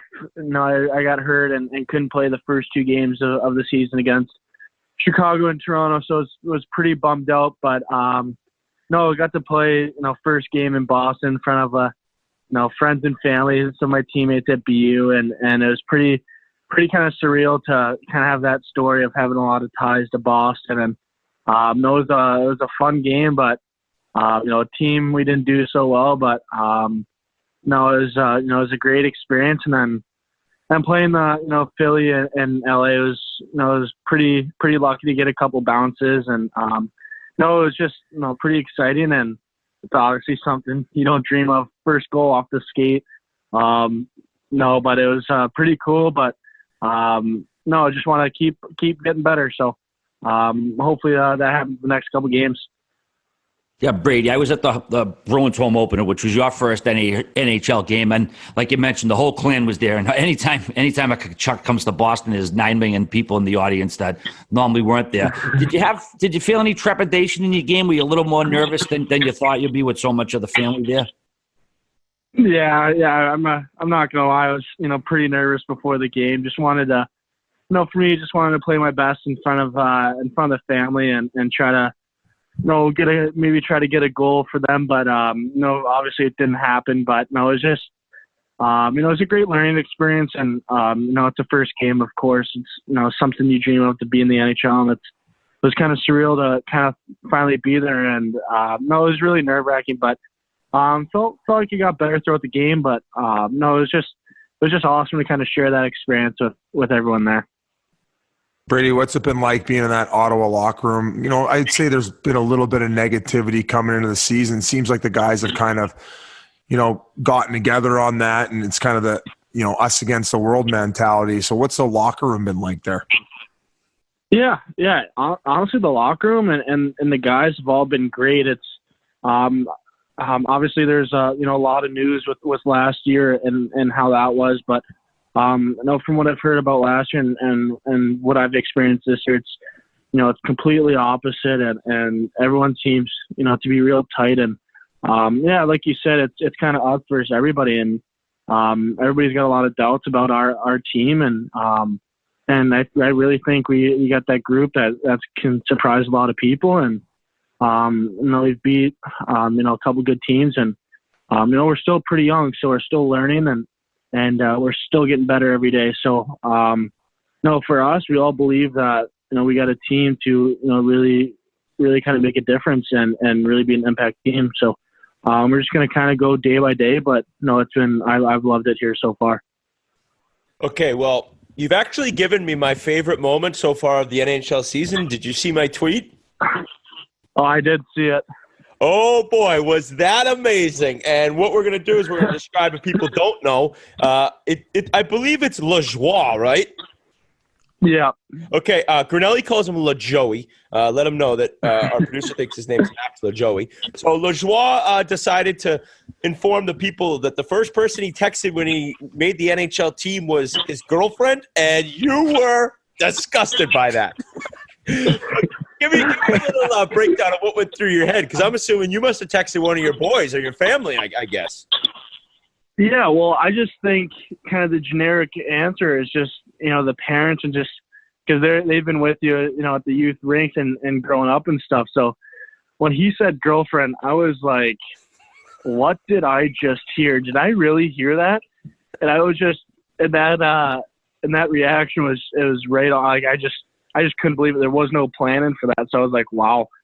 I was just shocked, but I texted my parents first, and I just thought for sure he was throwing out the parents card, but caught me off guard. But we got a couple laughs after. The guys on the team loved it. So, I know he's not mad, and his girlfriend's not mad at me either. So, all good things. Yeah, that's the way I took it. Not like, oh, this guy's whipped. It's more like, yeah, your family and your parents have been there from day one, so them the nod first, not so much the lady. Now, is it true you're living with Mark Stone? Is he basically your billet this year? Yeah. We I call him my billet dad and his girlfriend my billet mom. So it's been great, and he's been really good to me. And your dad's a billet this season as well. What's Robbie Thomas? He's living with your dad and mom back in St. Louis as well, correct? Yeah, he is. So a little what goes around comes around, huh? Still. Yeah. My dad, he billeted a couple other guys like David Backus when he was entering the league, Lee Stempniak, Phil McRae. So just trying to get the grocery money. Out. Yeah, exactly. I don't think he. I'm sorry. Your father didn't have a billet in Winnipeg, though, did he? I don't think so. I think he. To be honest with you, I think my mom's parents and my mom were kind of his billets. He moved in pretty early because they met up there. So those are his billets. I know he could have used one. Brady, did you love hanging around the locker room when your dad was playing? Did you love being around the rink with the boys?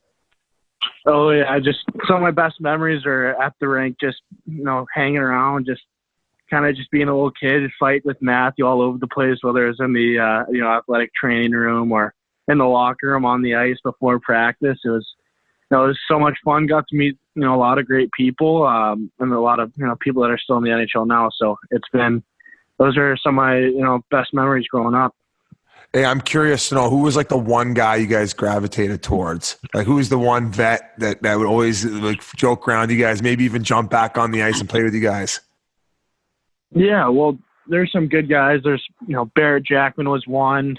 Cam Jansen, my brother and I loved. He was such a funny guy. He was always joking around, and just something like David Backus, just because he lived around the house and played mini sticks with us and really made an effort. So there's a lot of guys that really kind of made it fun for Matthew and I. They always were playing mini sticks or hopping on the ice before. So it's pretty fun, and now I was fortunate to play against David Backus first game. And it was pretty cool to kind of be on the same ice with him.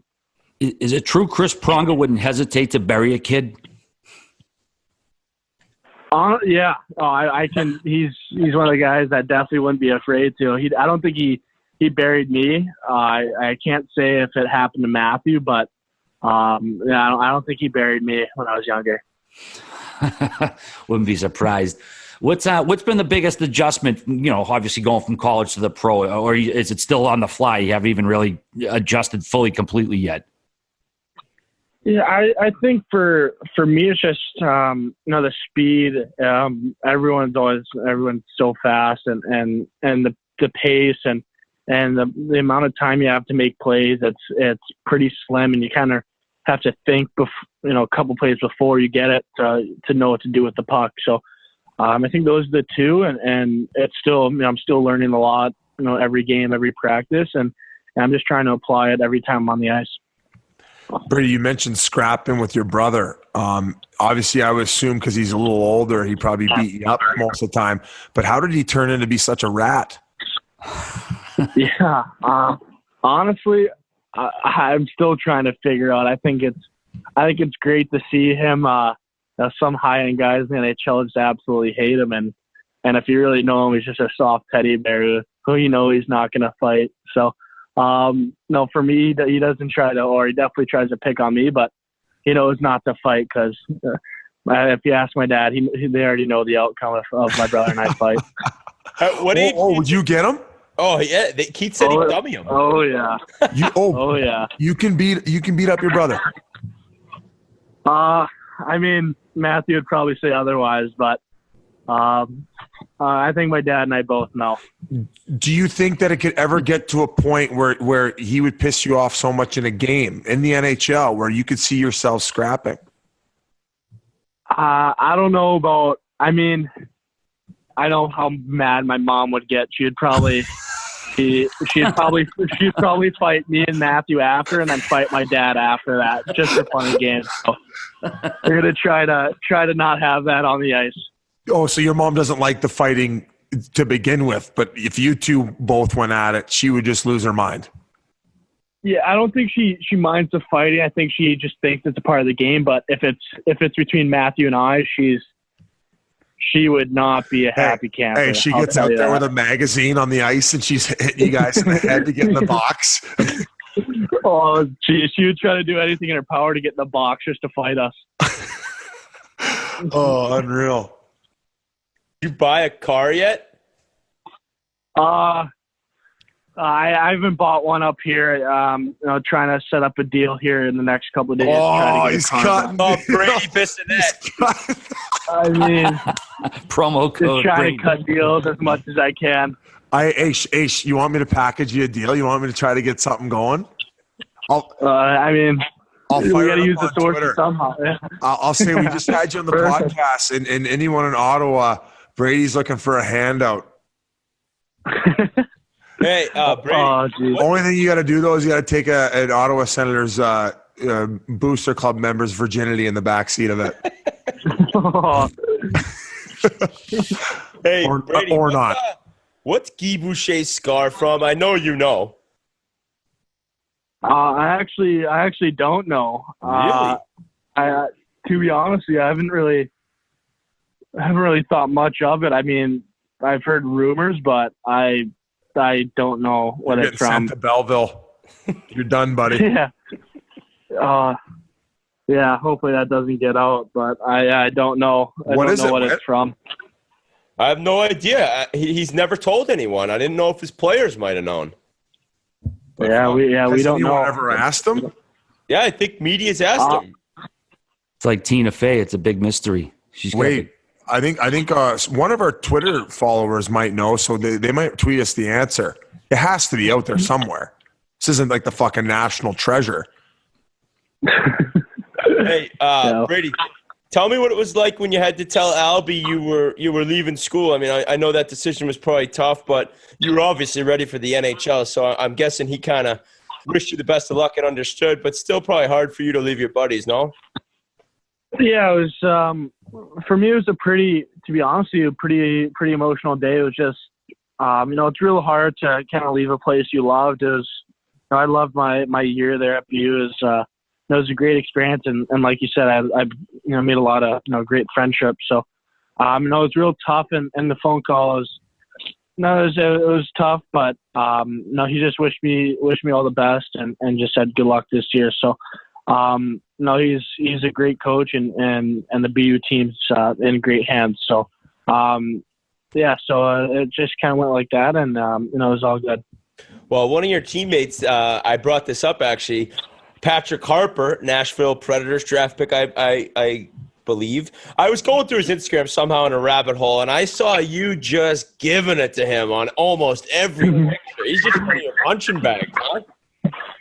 Yeah, he's one of my best buddies there, so have to give it to him on some of those pics that he posts. Why is he trying to be an IG model? I mean, he doesn't have the looks for it, but he's got a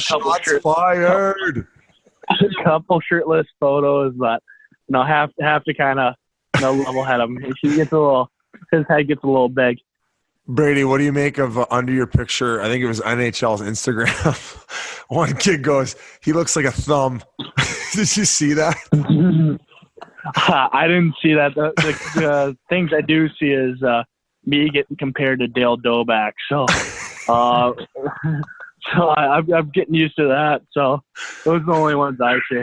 Yeah, John C. Riley. That's not a bad guy to be compared to. John Riley. Yeah. The nickname on the team is Dragon. The nickname for Dale Doback's stepbrother. So it's pretty funny. No fucking way. Yeah. Great. Oh my God. Tell us more funny shit that's going on in that Ottawa Senators. Yeah, who's the goof in the room besides you? Colin White's a pretty big goof. He's a funny one. The rat. Everyone loves it. Oh yeah. Who's he picking on the most? Who's he picking on the most? Duchesne? Sure. No, I think there's a couple guys all over Colin. There's a lot of chirps about his hair and how he's losing his hair already at 21 years old. So we got a dick pill that we advertise for called Hims, and it helps with hair loss. So we should send him some. We definitely got to introduce that to Colin. Well, if he's got a problem getting hard, it's 2 birds, 1 stone. Come on, man. Let's get him some Hims. Hims.com. He's just got to get ahead of it. Get the surgery now before everyone really notices. Yeah, exactly. Oh, hey, we got to introduce him to Keith Yandel's buddy. Oh my God! Did you hear the story, Brady? No, I didn't. His one buddy went from looking like R.A.'s scalp to looking like fucking. I would even say, wait, you got a pretty nice head of hair. Yeah, I'm starting to lose. I'm starting to thin a little bit too. I might have to hop on that surgery train. Really? Not the Hims? I don't want to be bald. Brady, going back to the first goal. Now, what did it hit your skate? Did you say? And did you know that it was yours right away? Like that you were going to get credit for it? Yeah, I knew it hit off my skate, but Ryan Smith.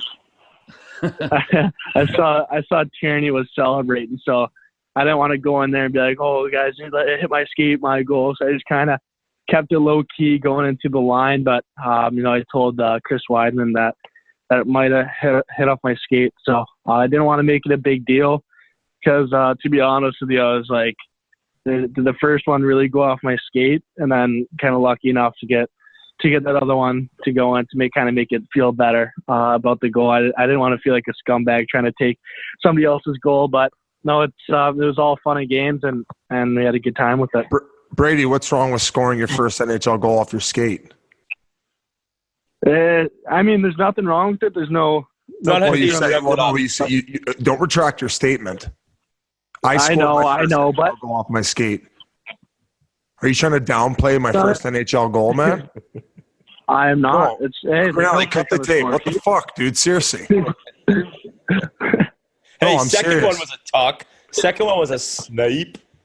Yeah, that's what I wanted to ask about. Did you even surprise yourself with that second goal? You come across the blue line, just kind of ripped it past an NHL goalie. Did you even say, "Holy shit, I just did that"? To be honest, it was kind of a blur from having the puck in the blue line and just kind of shot it, and then the D kind of screened me, so I didn't really see it went in, but kind of heard the reaction, and then kind of was pretty pumped up from there. Brady, your coach is typically very defensive minded. Is he letting you guys kind of fly a little bit more this year? Yeah, I think he's with the systems. He's really kind of changed it around. He really makes sure we're really not offensive, but we're real aggressive on like the forecheck and stuff like that. no, he really wants us to play kind of with pace and transition fast and stuff like that. So it's been great. I remember when I watched them in the past, they've been real defensive, but I don't think there's any part of our system that's defensive. So that's been nice, and it's been nice to kind of transition and play fast. It's like having the kind of the puck, on our sticks and making plays too. He's really kind of not priding us on, but really wants us to kind of make plays and you kind of use our offensive skill too. Brady, what's been the most pleasantly surprising thing about Ottawa? I mean, it's a great city. It's a smaller city, but everyone loves kind of their hockey here. So it's even today at the store, Mark and I went to the store and some people kind of recognized us and was talking to Mark. So it's pretty cool for kind of that to happen coming from college, where it's just kind of all college students just hanging out and going to class, to kind of come here and kept being recognized at the grocery store. So I think that's kind of been the surprising and pretty cool part. Now, are you a Celts fan? I saw in that clip we were talking about earlier, you had a Celts hoodie on. Are you a big Celts fan? Yeah, I'm a big fan. Got to go to a game last year, and it was pretty cool. So I'm a big fan of them, and they're fun to watch. Where'd you sit? Were you courtside? Courtside, not a big deal though. Oh, were you? Check that out, NCAA. Holy shit. Oh yeah. Oh, you're gonna flag down. You're toast, buddy. Yeah, I'm taking one of my buddies down too, Shane Bowers. No, but it was a gift from my brother. So it was a pretty cool gift. Did Boston offer you more money to stay when you told them you were going to the NHL? BU doesn't do that shit, Biz. We're classy. Let him answer the question. Yeah, no, there is no under the table money, unfortunately. Besides, Big Walt would have taken it all from you. Anyway. Sniffle in the microphone like RA if you were if they paid you. Okay. Oh shit, Brady! Holy fuck! Wow, they must have you bugged, eh? Hey, dude, thank you so much for coming on. This is great. You're now 2-time Spittin Chiclets guest, and I know there'll be a third. And continue to rip it up. Pretty impressive start for you, man, and we're very happy for you. So thank you for coming on. Yeah, thank you so much. Really appreciate it. And Grinelli wants you to tell LaJoey what's up. LaJoey. I will. LaJoe Louise. See you, buddy. All right, let's see it. Thank you. Thanks, Brady. That interview was also brought to you by Keeps. What's up, gang? Maybe you notice you probably have a little bit hair than you used to have. Maybe you're not sure if there's a solution. Now, you see me, you see my picture on the Spittin Chiclets gear. I'm bald. It's too late for me, guys. But if you're thinning up top or you're starting to lose in your 20s, it's not too late for you, all right? That's what Keeps is for. There are 2 clinically proven medications that let you keep your hair, and now they're inexpensive and easy to get. You don't need to lose your hair if you don't want to. Again, I wish I had a time machine. I can go back and do things over, but I can't. But again, you guys can. That's what Keeps is here for, and you're going to take advantage of it. All right? For 5 minutes now and just $1 a day, you never have to worry about hair loss again. Again, man, I had my hair. I used to spend money on gel, combs, brushes, all that crap. I can't anymore because I'm bald. You don't want to be like me in your 40s. You want to have a nice full head of hair, okay? Starting with Keeps is so easy. It takes 5 minutes to sign up, less than 5 minutes. Answer a few questions, snap a few pics. A licensed doctor looks at your info, says what the right treatment is for you. Don't even have to leave your couch. No co-pays, no nurses, no blood pressure checks, none of that crap. Keeps offers generic versions of the only 2 FDA-approved hair loss products out there. Probably even tried them before, but you never got them for this price. Keeps is only $10 to $35 a month. Plus now you get your first month free. Can't beat that. One hell of a deal for getting to keep your hair. Man, I wish they had this a long time ago. I'd be a happy camper. But there's no reason to put it off any longer for you. Stop hair loss today the easy way with Keeps. To receive your first month of treatment for free, go to keeps.com/chiclets. That's KEEPS.com/chiclets. That's a free month of treatment at keeps.com/chiclets. Keeps. Hair today, hair tomorrow. Big thank you to Brady Tkachuk for coming on. Of course, we interviewed him before his fight. We had this one banked. I know we're going to be getting ragged on for that one, but I thought his his quote after the fight, because whoever hit Mark Stone, he felt that he went high on him. So this is Brady's quote. I just thought it was a high hit, and especially on my landlord, Mark Stone. That's me paying rent. So that's a funny quote. You can tell he's got that Walt gene where everything turns into a joke, and he's going to be a stud in this league. He's a throwback, boys. Yeah, Justin Abdelkader. That was who he got his first W over, and he definitely, him and his brother. They even though they were born and raised in St. Louis, they definitely have that kind of masshole gene in them via their old man. So once again, thank you to him for coming on.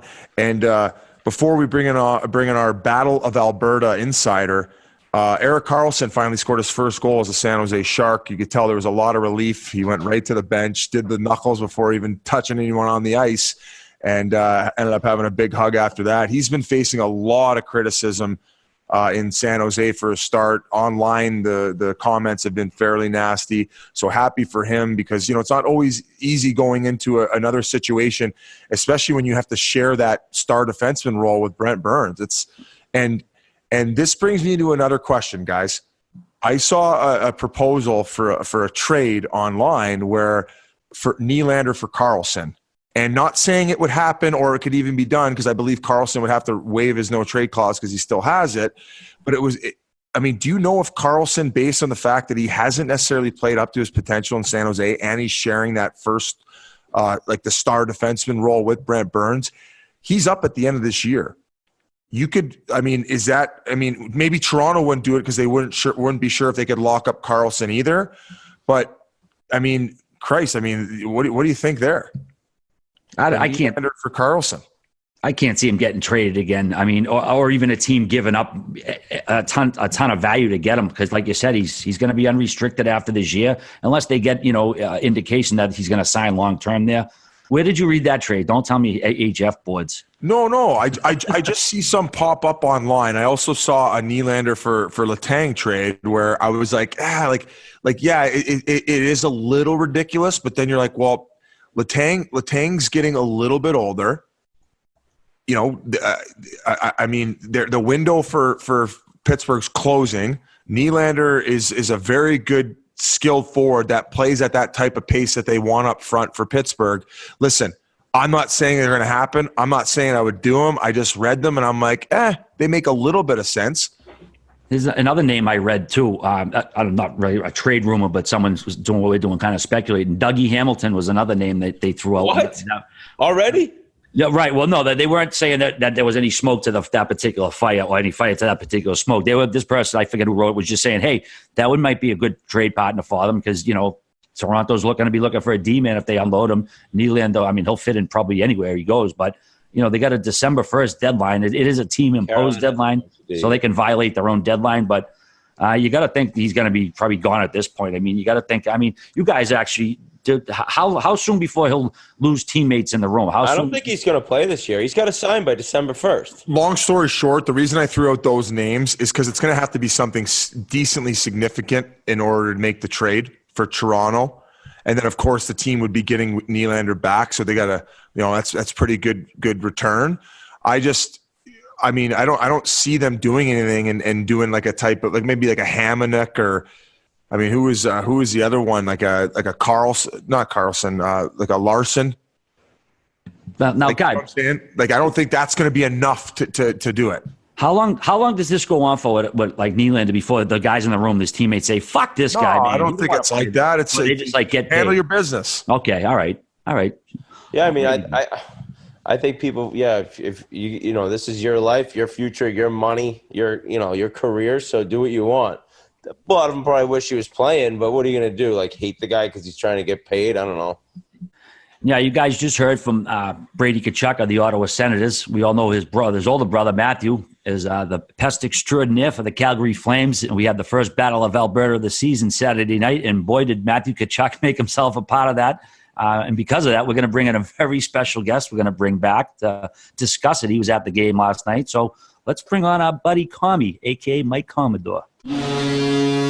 Commie, it's a pleasure. It's a pleasure to talk to you again. I'm very interested to hear. Everyone here knows that you were at the game the other night, the first Battle of Alberta of the season. I'm guessing you floored it. I'm assuming you might have floored it. I saw a picture of you. Some guy creeped on you in the bar. You had the short haircut. You actually looked great, I thought. So give me the night rundown and what you thought of the game. Yeah, so, I wasn't sure if I was going to go. I've kind of been on the wagon a little bit here for the month of November, trying to ease off the sauce a little bit. Good for you. But it was the first Battle of Alberta. Yeah, thank you. I've been doing all right. I'm like, well, I should go. So what I did was my night kicked off at home. I went and I took a little bit of, marijuana is illegal here now. So I've been experimenting with this weed oil. I'm not very well versed in it. But so I took some oils. Got a pretty good buzz going. It felt pretty good. Took a cab down to the rink. Had a couple drinks there during the first period, and then James Neal left me tickets so I could, because I didn't want to go up to the alumni box, so he left me a couple tickets.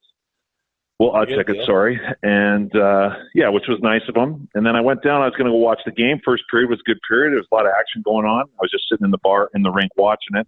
So I figured I'd go to my seats. I walked down to my seat like this is, a little a break, 5 minutes into the second period. And there's like this 14-year-old kid in my seat. He's got glasses on. He's got binoculars sitting in his lap. So I'm like, I look and I'm like, the play's going to start up. I'm like, hey, I think you're in my seat, man. And he just looks at me, doesn't say a word, doesn't move, and just keeps watching the game. So I'm just standing there right in the middle of the aisle. I'm like, well, what am I going to do? Throw this kid out? Like everybody's looking at me. I'm in the lower bowl. Obviously, this kid came up from the nosebleeds and just sat down. So the kid ran my show. I just turned around, walked back up the stairs, and went back to the bar and watched the rest of the game on TV. The kid totally dummied me. But it was good. It was a good game. I don't know. Did you guys watch it? Yeah, we did. We treated you like a complete peasant. That is, totally. Imagine didn't even reach for a ticket. He didn't even say a word to me. He looked at me like it was an idiot. And I'm like, I double checked my ticket. I'm like, man, that's my seat. And I'm like, I felt like just a knob. I'm like, well, I guess I'm out of here. And a couple guys laughed at me on the way up.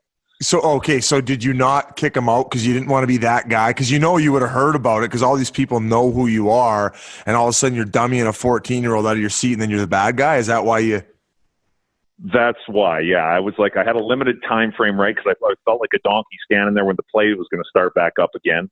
And then, I'm walking downstairs. I got people like, oh, you in one? I'm like, yeah, I am in one, actually. So I kind of give a wave or whatever. And then, I didn't want to be the guy that, grabs some 14-year-old kid by the collar of his shirt and yank him out of my chair and sit down so I can watch the game. I looked like a fucking asshole. So I just took it and went back to the bar.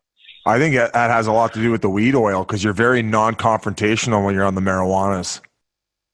Is that one of the side effects? I was very non-confrontational. I was just looking to have a nice time. Yeah, he's always non-confrontational until someone really tests you. Oh, yeah, until someone throws a right hook at the fucking pita stand. So that's true. I mean, I try and keep it real low-key unless somebody suckers me for no reason.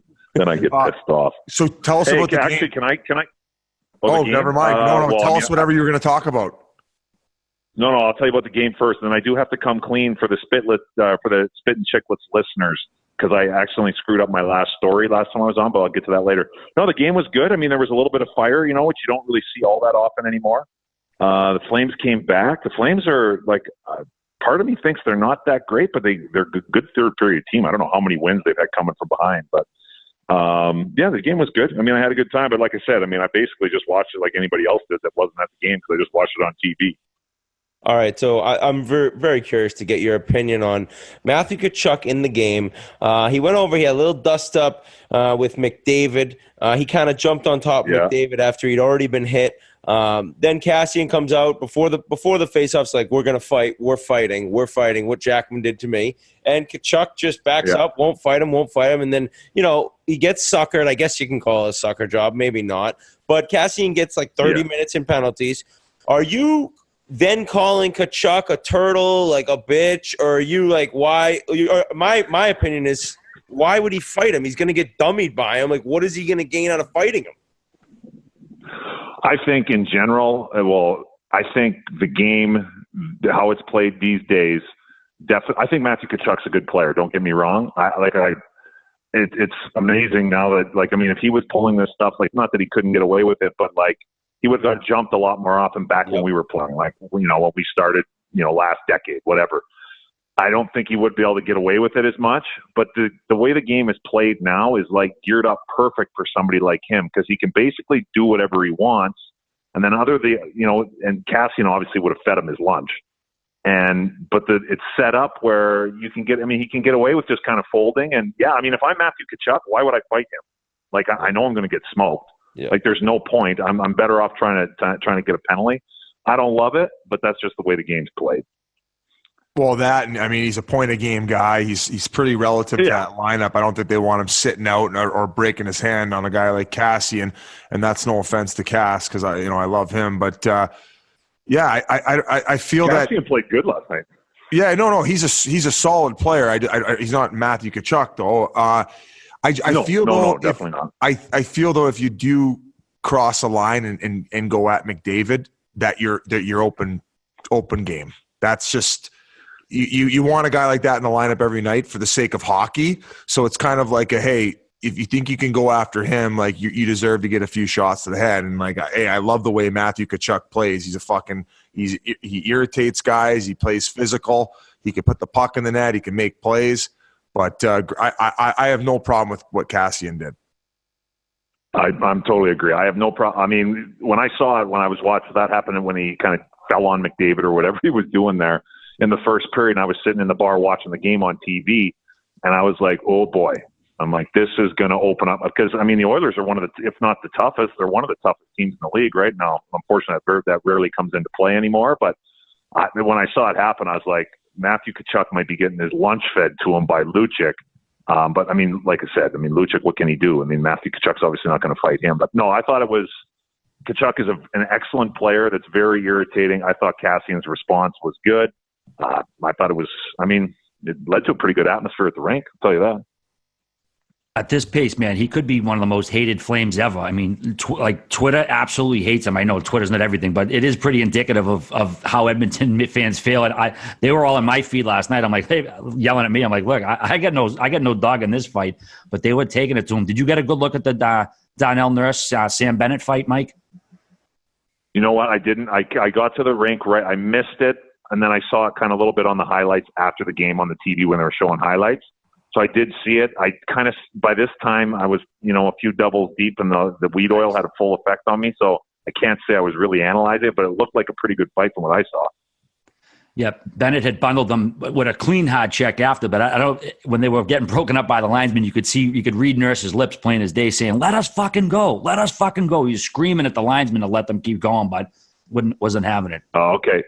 You know what? That's Sam Bennett. I mean, he's a pretty good, he's not living up to his draft position. Who cares? I mean, you get drafted and that's the end. I mean, just go, do as best he can. But, offensively, I mean, he has all the skills and everything. I don't think he has a great mind offensively once he gets inside the zone. But like that kid can, honestly, I don't know if you guys have seen him fight before. He's fought a couple times. That kid can fight. Like if he did that every once in a while, and I know fighting's not a big part of the game, but if like every once in a while, if he was like, you know what, and he's not going to have to fight Milan Lucic, he's going to fight somebody his size. Every once in a while, if he like snapped and grabbed somebody and pumped them, I mean, he would get more space on the ice, and that would lead to, give him more time to decide what to do with the puck, especially in the offensive end. I think he should do that a little bit more. Not all the time, but every once in a while wouldn't hurt. If he had 4 or 5 of those fights a year, he'd probably get 10 more points. Like you could actually probably equate a little more space to and playing a little better if guys just started being not scared of him, but knowing that he may just drop his mitts and just dummy someone at any point in time. I want to know though, Commie. For sure. I want to know Real Deal. How's he doing? Have you hung out with him, or has he been busy and shit? No, I've hung out with Real Deal. We keep in touch pretty good. You know what? Does he like it there? It's obviously. Yeah. Like he likes to sit. Like, I mean, does he like being here and playing? Yes. Does he like how things are going? No, he doesn't like that. So I would say, being totally honest, his experience so far has been horseshit. But I mean, if he scores a couple goals and things come around for him, that'll change instantly. But yeah, kind of a tough start for him. I mean, I've talked to him quite a bit about it. You know what kind of screwed him a little bit? Now I know he signed after it happened. But, Calgary came over the top and was paying him, I think, significantly more than anybody else. The fact that with Billy Peters in here, bringing in his boy there, his boy from Carolina, that Lindholm, that, in my opinion, has hurt James because obviously Peters is going to give that Lindholm guy ample opportunity. He brought him in here. So he wants to look good. So he's going to play Lindholm. So Lindholm's getting the first crack at, if you want to score points on this Flames team, you want to play with Gaudreau and Monahan, you're going to put up points. It's as simple as that. Yeah. And he's gotten that opportunity to this date. And James just hasn't. James needs to play a little bit better, and he knows that, and he should. I don't care who you're playing with. He should have more than 3 goals by now. But he also, it's not like the opportunities have been there, like real plentiful for him either. So he's got, he can get hot. But I think it's kind of a new thing for him. I actually haven't talked to him about this, but I think it's a little bit new. Like, it's a tough start. It's a new city, but it's also like he's not in Vegas. He's not in Nashville. I know Pittsburgh's like Canada when it comes to hockey. But this is his first time playing. Like, I'm sure when he goes out and around town, everybody knows who he is. And I think he probably feels like, geez, I got to get this going. Like, I can't go anywhere. All eyes are on me. I'm getting carved left and right. So hopefully he gets it going soon. I think he will. Canada's a different beast, that's for sure. And that Lindholm hasn't dropped the ball either. He's been given the opportunity. He's been running with it. 11 goals, 10 assists for 21 points. Now, we said you were an insider, but by the sounds of it, you were more of an outsider in that game because you missed their nurse fight. Then you had to sit on the concourse and watch the game. Now, tell us about this story that you messed up on the last podcast. Yes. Okay. So last time I was on was a while ago, but you guys remember the story that I told about dipshit Babcock scratching Mike Modano for 3 games? Yeah. Oh, yeah. Okay. So I told that story, so I don't want to be seen as lying or making shit up. So I got lit up a little bit on Twitter saying that's not true, this and that. And somebody sent me the game sheet, like the list of the games that he played that year. And he did play the last game. So I was like, oh, shit, I screwed this story up. So I did a little bit of digging, talked to some guys who used to play for the Wings, and I messed the story up. So how it worked out was it's the same premise. Mike was hurt, came back, had let's call it 10 or 11 games left in the season. If he played all of them, he would have got to 1,500 games. Babcock didn't scratch in the last 3. Dipshit fucking scratched him on game 76 or 77. Scratched him for 1 game. So he ended up missing 1,500. So he had 1,499 games played. So I just wanted to set that straight. Now I asked the guy, I'm like, when he scratched him, did he know what he was doing? Was he aware that this was going to fuck Modano on getting to 1,500 games? And the guy was like 1,000%. Oh, that's why he did it. Okay, so good. So I just wanted to set that. I wanted to set that straight. I did do some research after that because people were sending tweets and we were tagged in them, of course. Yeah. Now, did you see what he did recently, though? I think he's turned a new leaf. No pun intended. Because he. No, I haven't. Well, but tell me. Don't think he wants to. Matthews was injured, and he was supposed to stay back in Toronto. And he said, I bring him. He brought him on the California road trip, even though he wasn't supposed to come because he wasn't going to play, to hang out with the boys and just be around the locker room. And I thought that was a very heartwarming story. And I think maybe Babcock's changed his ways, Mike. I know what you're trying to do here, Paul. My heart rate is getting up there a little bit. I wouldn't call the fact that he let his best player come on the road trip heartwarming. I wouldn't word it like that. And I would fucking guarantee that Mike Babcock, if he's changing leads, it ain't for the fucking better. He's just getting worse. But yeah, fuck that guy. I know you like him, Paul. I know he's a big fan. No. Hey, listen, we're buddies, and I'm buddies with you. And he asked me for a picture one time in the hallway in Arizona, and ever since then. And then he asked me to come to his charity golf tournament. And hey, listen, and I did you go to that fucking thing? No, I was too busy winning a Calder Cup. Not a big deal. But you know what's nice. you know what the weirdest part of that story though is when he called me is I think they were down 3-0 in playoffs, and I got a call from a Michigan number, and I answered, and it was fucking it was Mike Babcock calling Paul Bissonnette while he's in fucking AHL. And I couldn't believe it. So I don't want to pick sides, Mike. That's all I'm saying. Did you change your phone number right away after so he can't call you again? No, Biz made sure it never got deleted. He put it in a folder where if he lost his phone, he'd always have Babcock's number. Biz texts with him and stuff, 100%. You know what? Going around, and I end up carving this guy probably a little bit more publicly than I should, but I don't give a fuck. I can't help myself. You know what really fucking makes me happy is, in the summer, And when I go around town here a little bit and I do the odd charity event here in Calgary or playing a little golf thing or whatever it is, whatever the event is around here, here's what's heartwarming. You know, sometimes I'm like, maybe I should just stop carving this guy. Like, really, I don't need to get to fucking open up my Twitter feed and I got every Leafs fan calling me a fucking loser. And I'm like, Jesus Christ, this gets tired of reading it. But every once in a while, somebody will come up to me, like a good person will come up to me and be like, hey, Mike, I just want to let you know that I've met Mike Babcock too. And I totally agree with your assessment. That guy was the biggest fucking piece of shit I ever met. Keep carving him. And I'm like, you know what? I think I am going to keep carving him. Fuck that guy. Oh, fuck. You and Sopel should start a podcast together. Oh, you know what? I haven't listened to the whole thing, but yeah, he was carving Crawford, wasn't it? That Crawford's supposed to be a dick. I don't know. Biz is also boys with him. No, come on here. Come on. Holy fuck, you're buddies with that guy too? Listen, he's going to come on the podcast after he's done coaching, and we're going to get his side of things, you know? And maybe Babcock will come on from once he's done coaching in, 10, 15 years, and maybe he'll give his side of what happened with you and him. But, Mike, since you're here, I was hoping maybe you'd stick around for our Selly season. We've teamed up with Budweiser Canada, and last week we talked about all the best goal celebrations so far this season. The other night, Radulov had a couple, and he had a fun one. So what we want people to do is take clips of these celebrations, and we want them to break it down and make us laugh. And the other day, a Buffalo Sabres fan, his name's Sam Ablee, who is actually going to win the goal light that I promised that for fans, whoever broke down the best one. He had a funny one with Rasmus Ristolainen, who scored the OT winner in Montreal. So congratulations to Sam.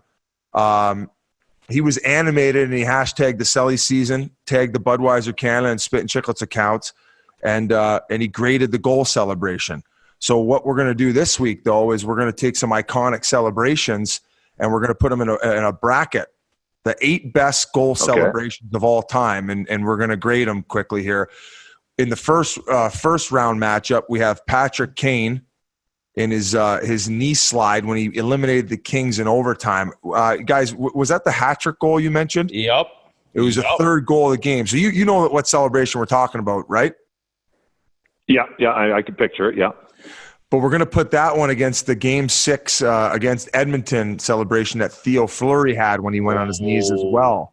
So we have an old school one matched with a newer school one, but both very important goals. Which one would you say was more iconic? Those are both great. I am going to go with the Fleury one, though. As much as I like Patrick Kane, and that was a good celebration, that Fleury one I think is tough to top.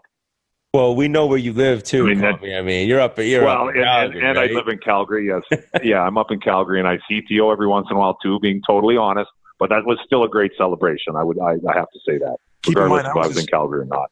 That was his first goal of the series for Theo Fleury, which was obviously a big one in the Game 6. But Patrick Kane, man, OT hat-trick goal to eliminate the Kings and move on to the fucking Stanley Cup final?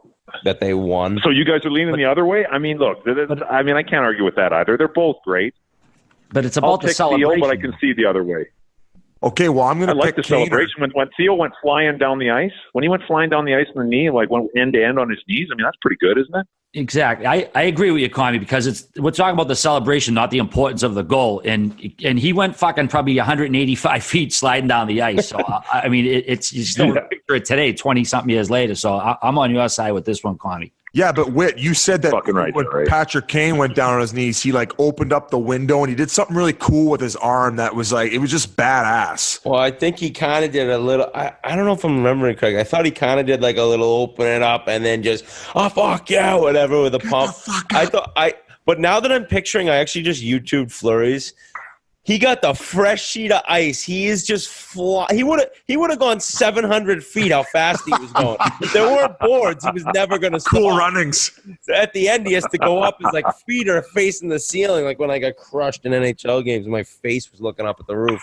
But that's how his ended, with him rolling over and punching the ice. I think that's my winner in that. So that would be your Budweiser Canada Selly season pick for that bracket. But we do have to give an honorable mention, and he almost slipped in there to Nail Yakupov when he scored against the Kings in regular season. He would have slid 1,000 feet. Would you agree, Commodore? Yakupov. Did that guy score in his NHL career? Commie, he did this. He did that celebration. Sorry. Okay, go ahead. Go ahead. No, go ahead. No, I'm saying No. That I was gonna say, I got to celebration. look it up, man. Yeah. Okay. Look it up right now, and I'll tell everyone. Okay. It was the regular season. I mean, I actually would like to know what day it was. I think it was the lockout shortened year. Like maybe we were fighting for the 8th spot. Like, dude, and it wasn't even like that big. I mean, I tied it up, but it was the Oilers. Like, how are you going that crazy to tie the game up? It wasn't even to win the game, and he was rolling down the ice towards the goalie. I remember being on the bench like, what is this kid doing right now? And, yeah, things didn't go well for him. Was that against the Kings? Yes. No. Regular season. Okay, I'm just pulling it up right now. It's January 24th, 2013. So that's early in that. Right that's now. the lockout shortened year, right, Grinelli? Yes. So that's like right when the season started. That early in a 48-game season, you tie up a game and do that. If you saw just the celebration, you'd think he just won the Stanley Cup in the 7th overtime. Oh, my God. Yeah, that's embarrassing.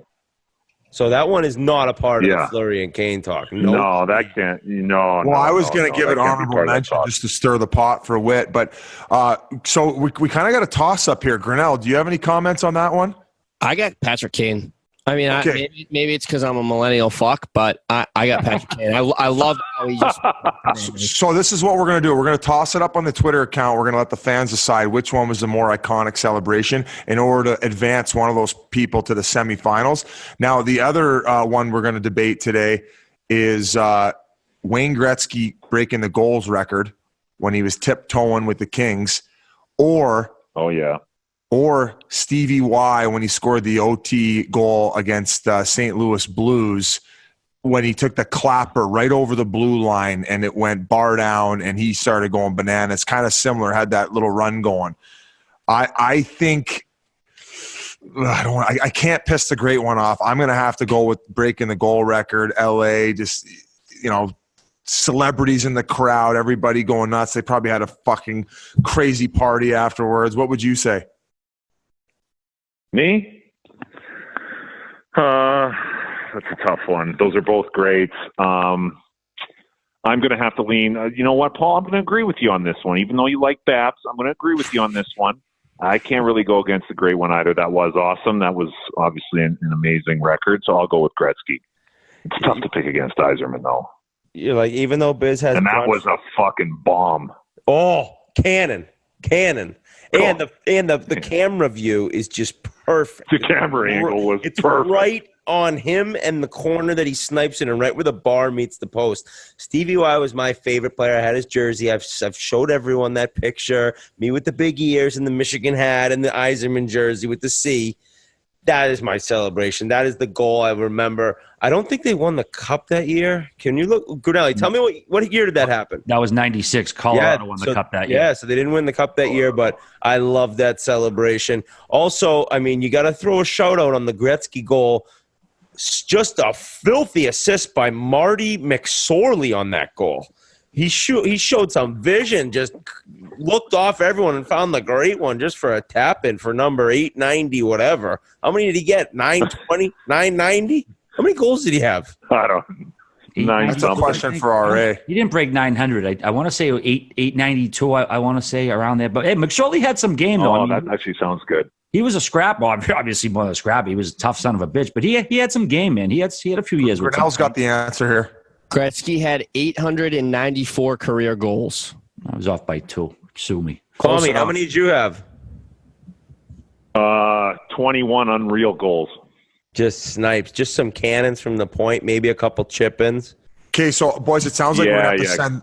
It sounds like we're going to have to send that one to Twitter, too. So tomorrow, Grinnell's going to post both of those against each other, and basically the voting is going to take care of who's going to move on. And next week, we're going to discuss 4 other celebrations and put them against each other. We got some more iconic ones. And any honorable mentions in that category as far as the tiptoeing, I would probably put Jeremy Roenick's. I think he scored for Philadelphia when he was against Toronto. Yes. When he did that little tiptoeing down the ice. I think Mike Bossy did a running man tiptoeing action too. I mean, I feel like, it wasn't in the NHL, but Micah Ruzioni had the best Oh, come on. celebrations of all time. Come on. Mike Ruzioni, United States of America. Miracle. It's a miracle. Hey, Commie. Commie, what did the night entail post game for you? Post game, I went, hung out in the bar there, a place called Dutton's.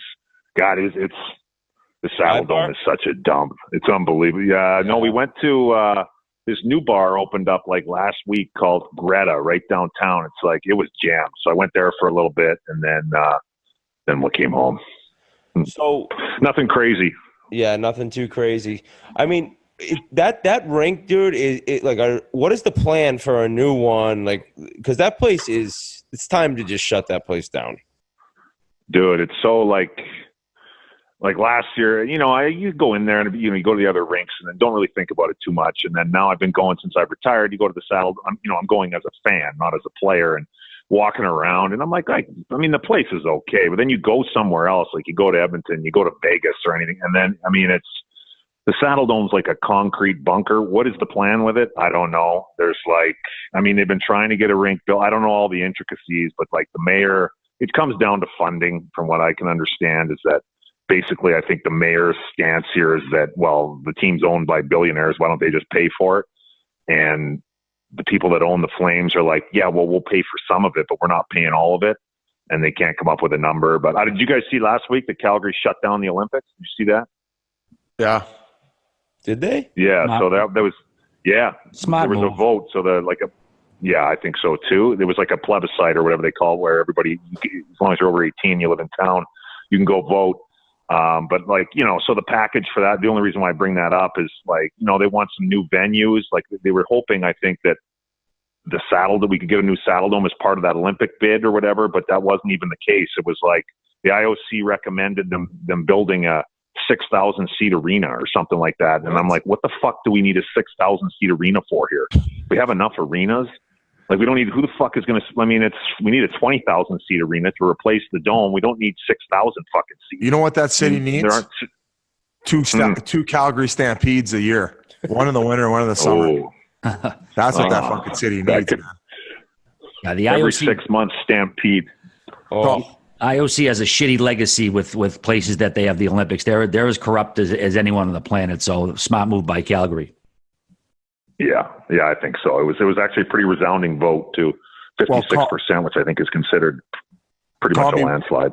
Commie, we want to thank you for stopping by as our Battle of Alberta insider or outsider, however you want to look at it. And thank you for joining us in our Selly season campaign with Budweiser Canada. And as I mentioned, Grinelli's going to throw those up on Twitter tomorrow, and the fans are going to vote those two guys on. That wraps it up, Commie. Do you want to wrap it up for us? Well, guys, I just want to say it's truly a pleasure. Thank you very much for having me on. It's been a while. We should try and do it more often. I'll try and go to every – I should go to a Battle of Alberta up in Edmonton, that I can come on the show again, see how that one goes. But, yes, thanks, guys. Hey, Commie, how about the guy wearing my jersey? How about the guy wearing my jersey? Dude, I love it. I wish I would have seen him. I would have bought him a couple drinks last night. He probably didn't need any, like you said on Twitter. I'm sure he was waffled. He must have had a couple pink Whitneys when he bought the thing. Like, what am I doing? He probably came. If you buy the jersey, you got a couple drinks that came with it. Hey, his buddy wakes up. He's like, dude, I got a tattoo last night. I remember. He's like, dude, I bought a Whitney jersey. All right, Commie. We'll catch up with you soon. And everyone, thanks for listening. Another long episode. I love finishing off with Commie. So peace.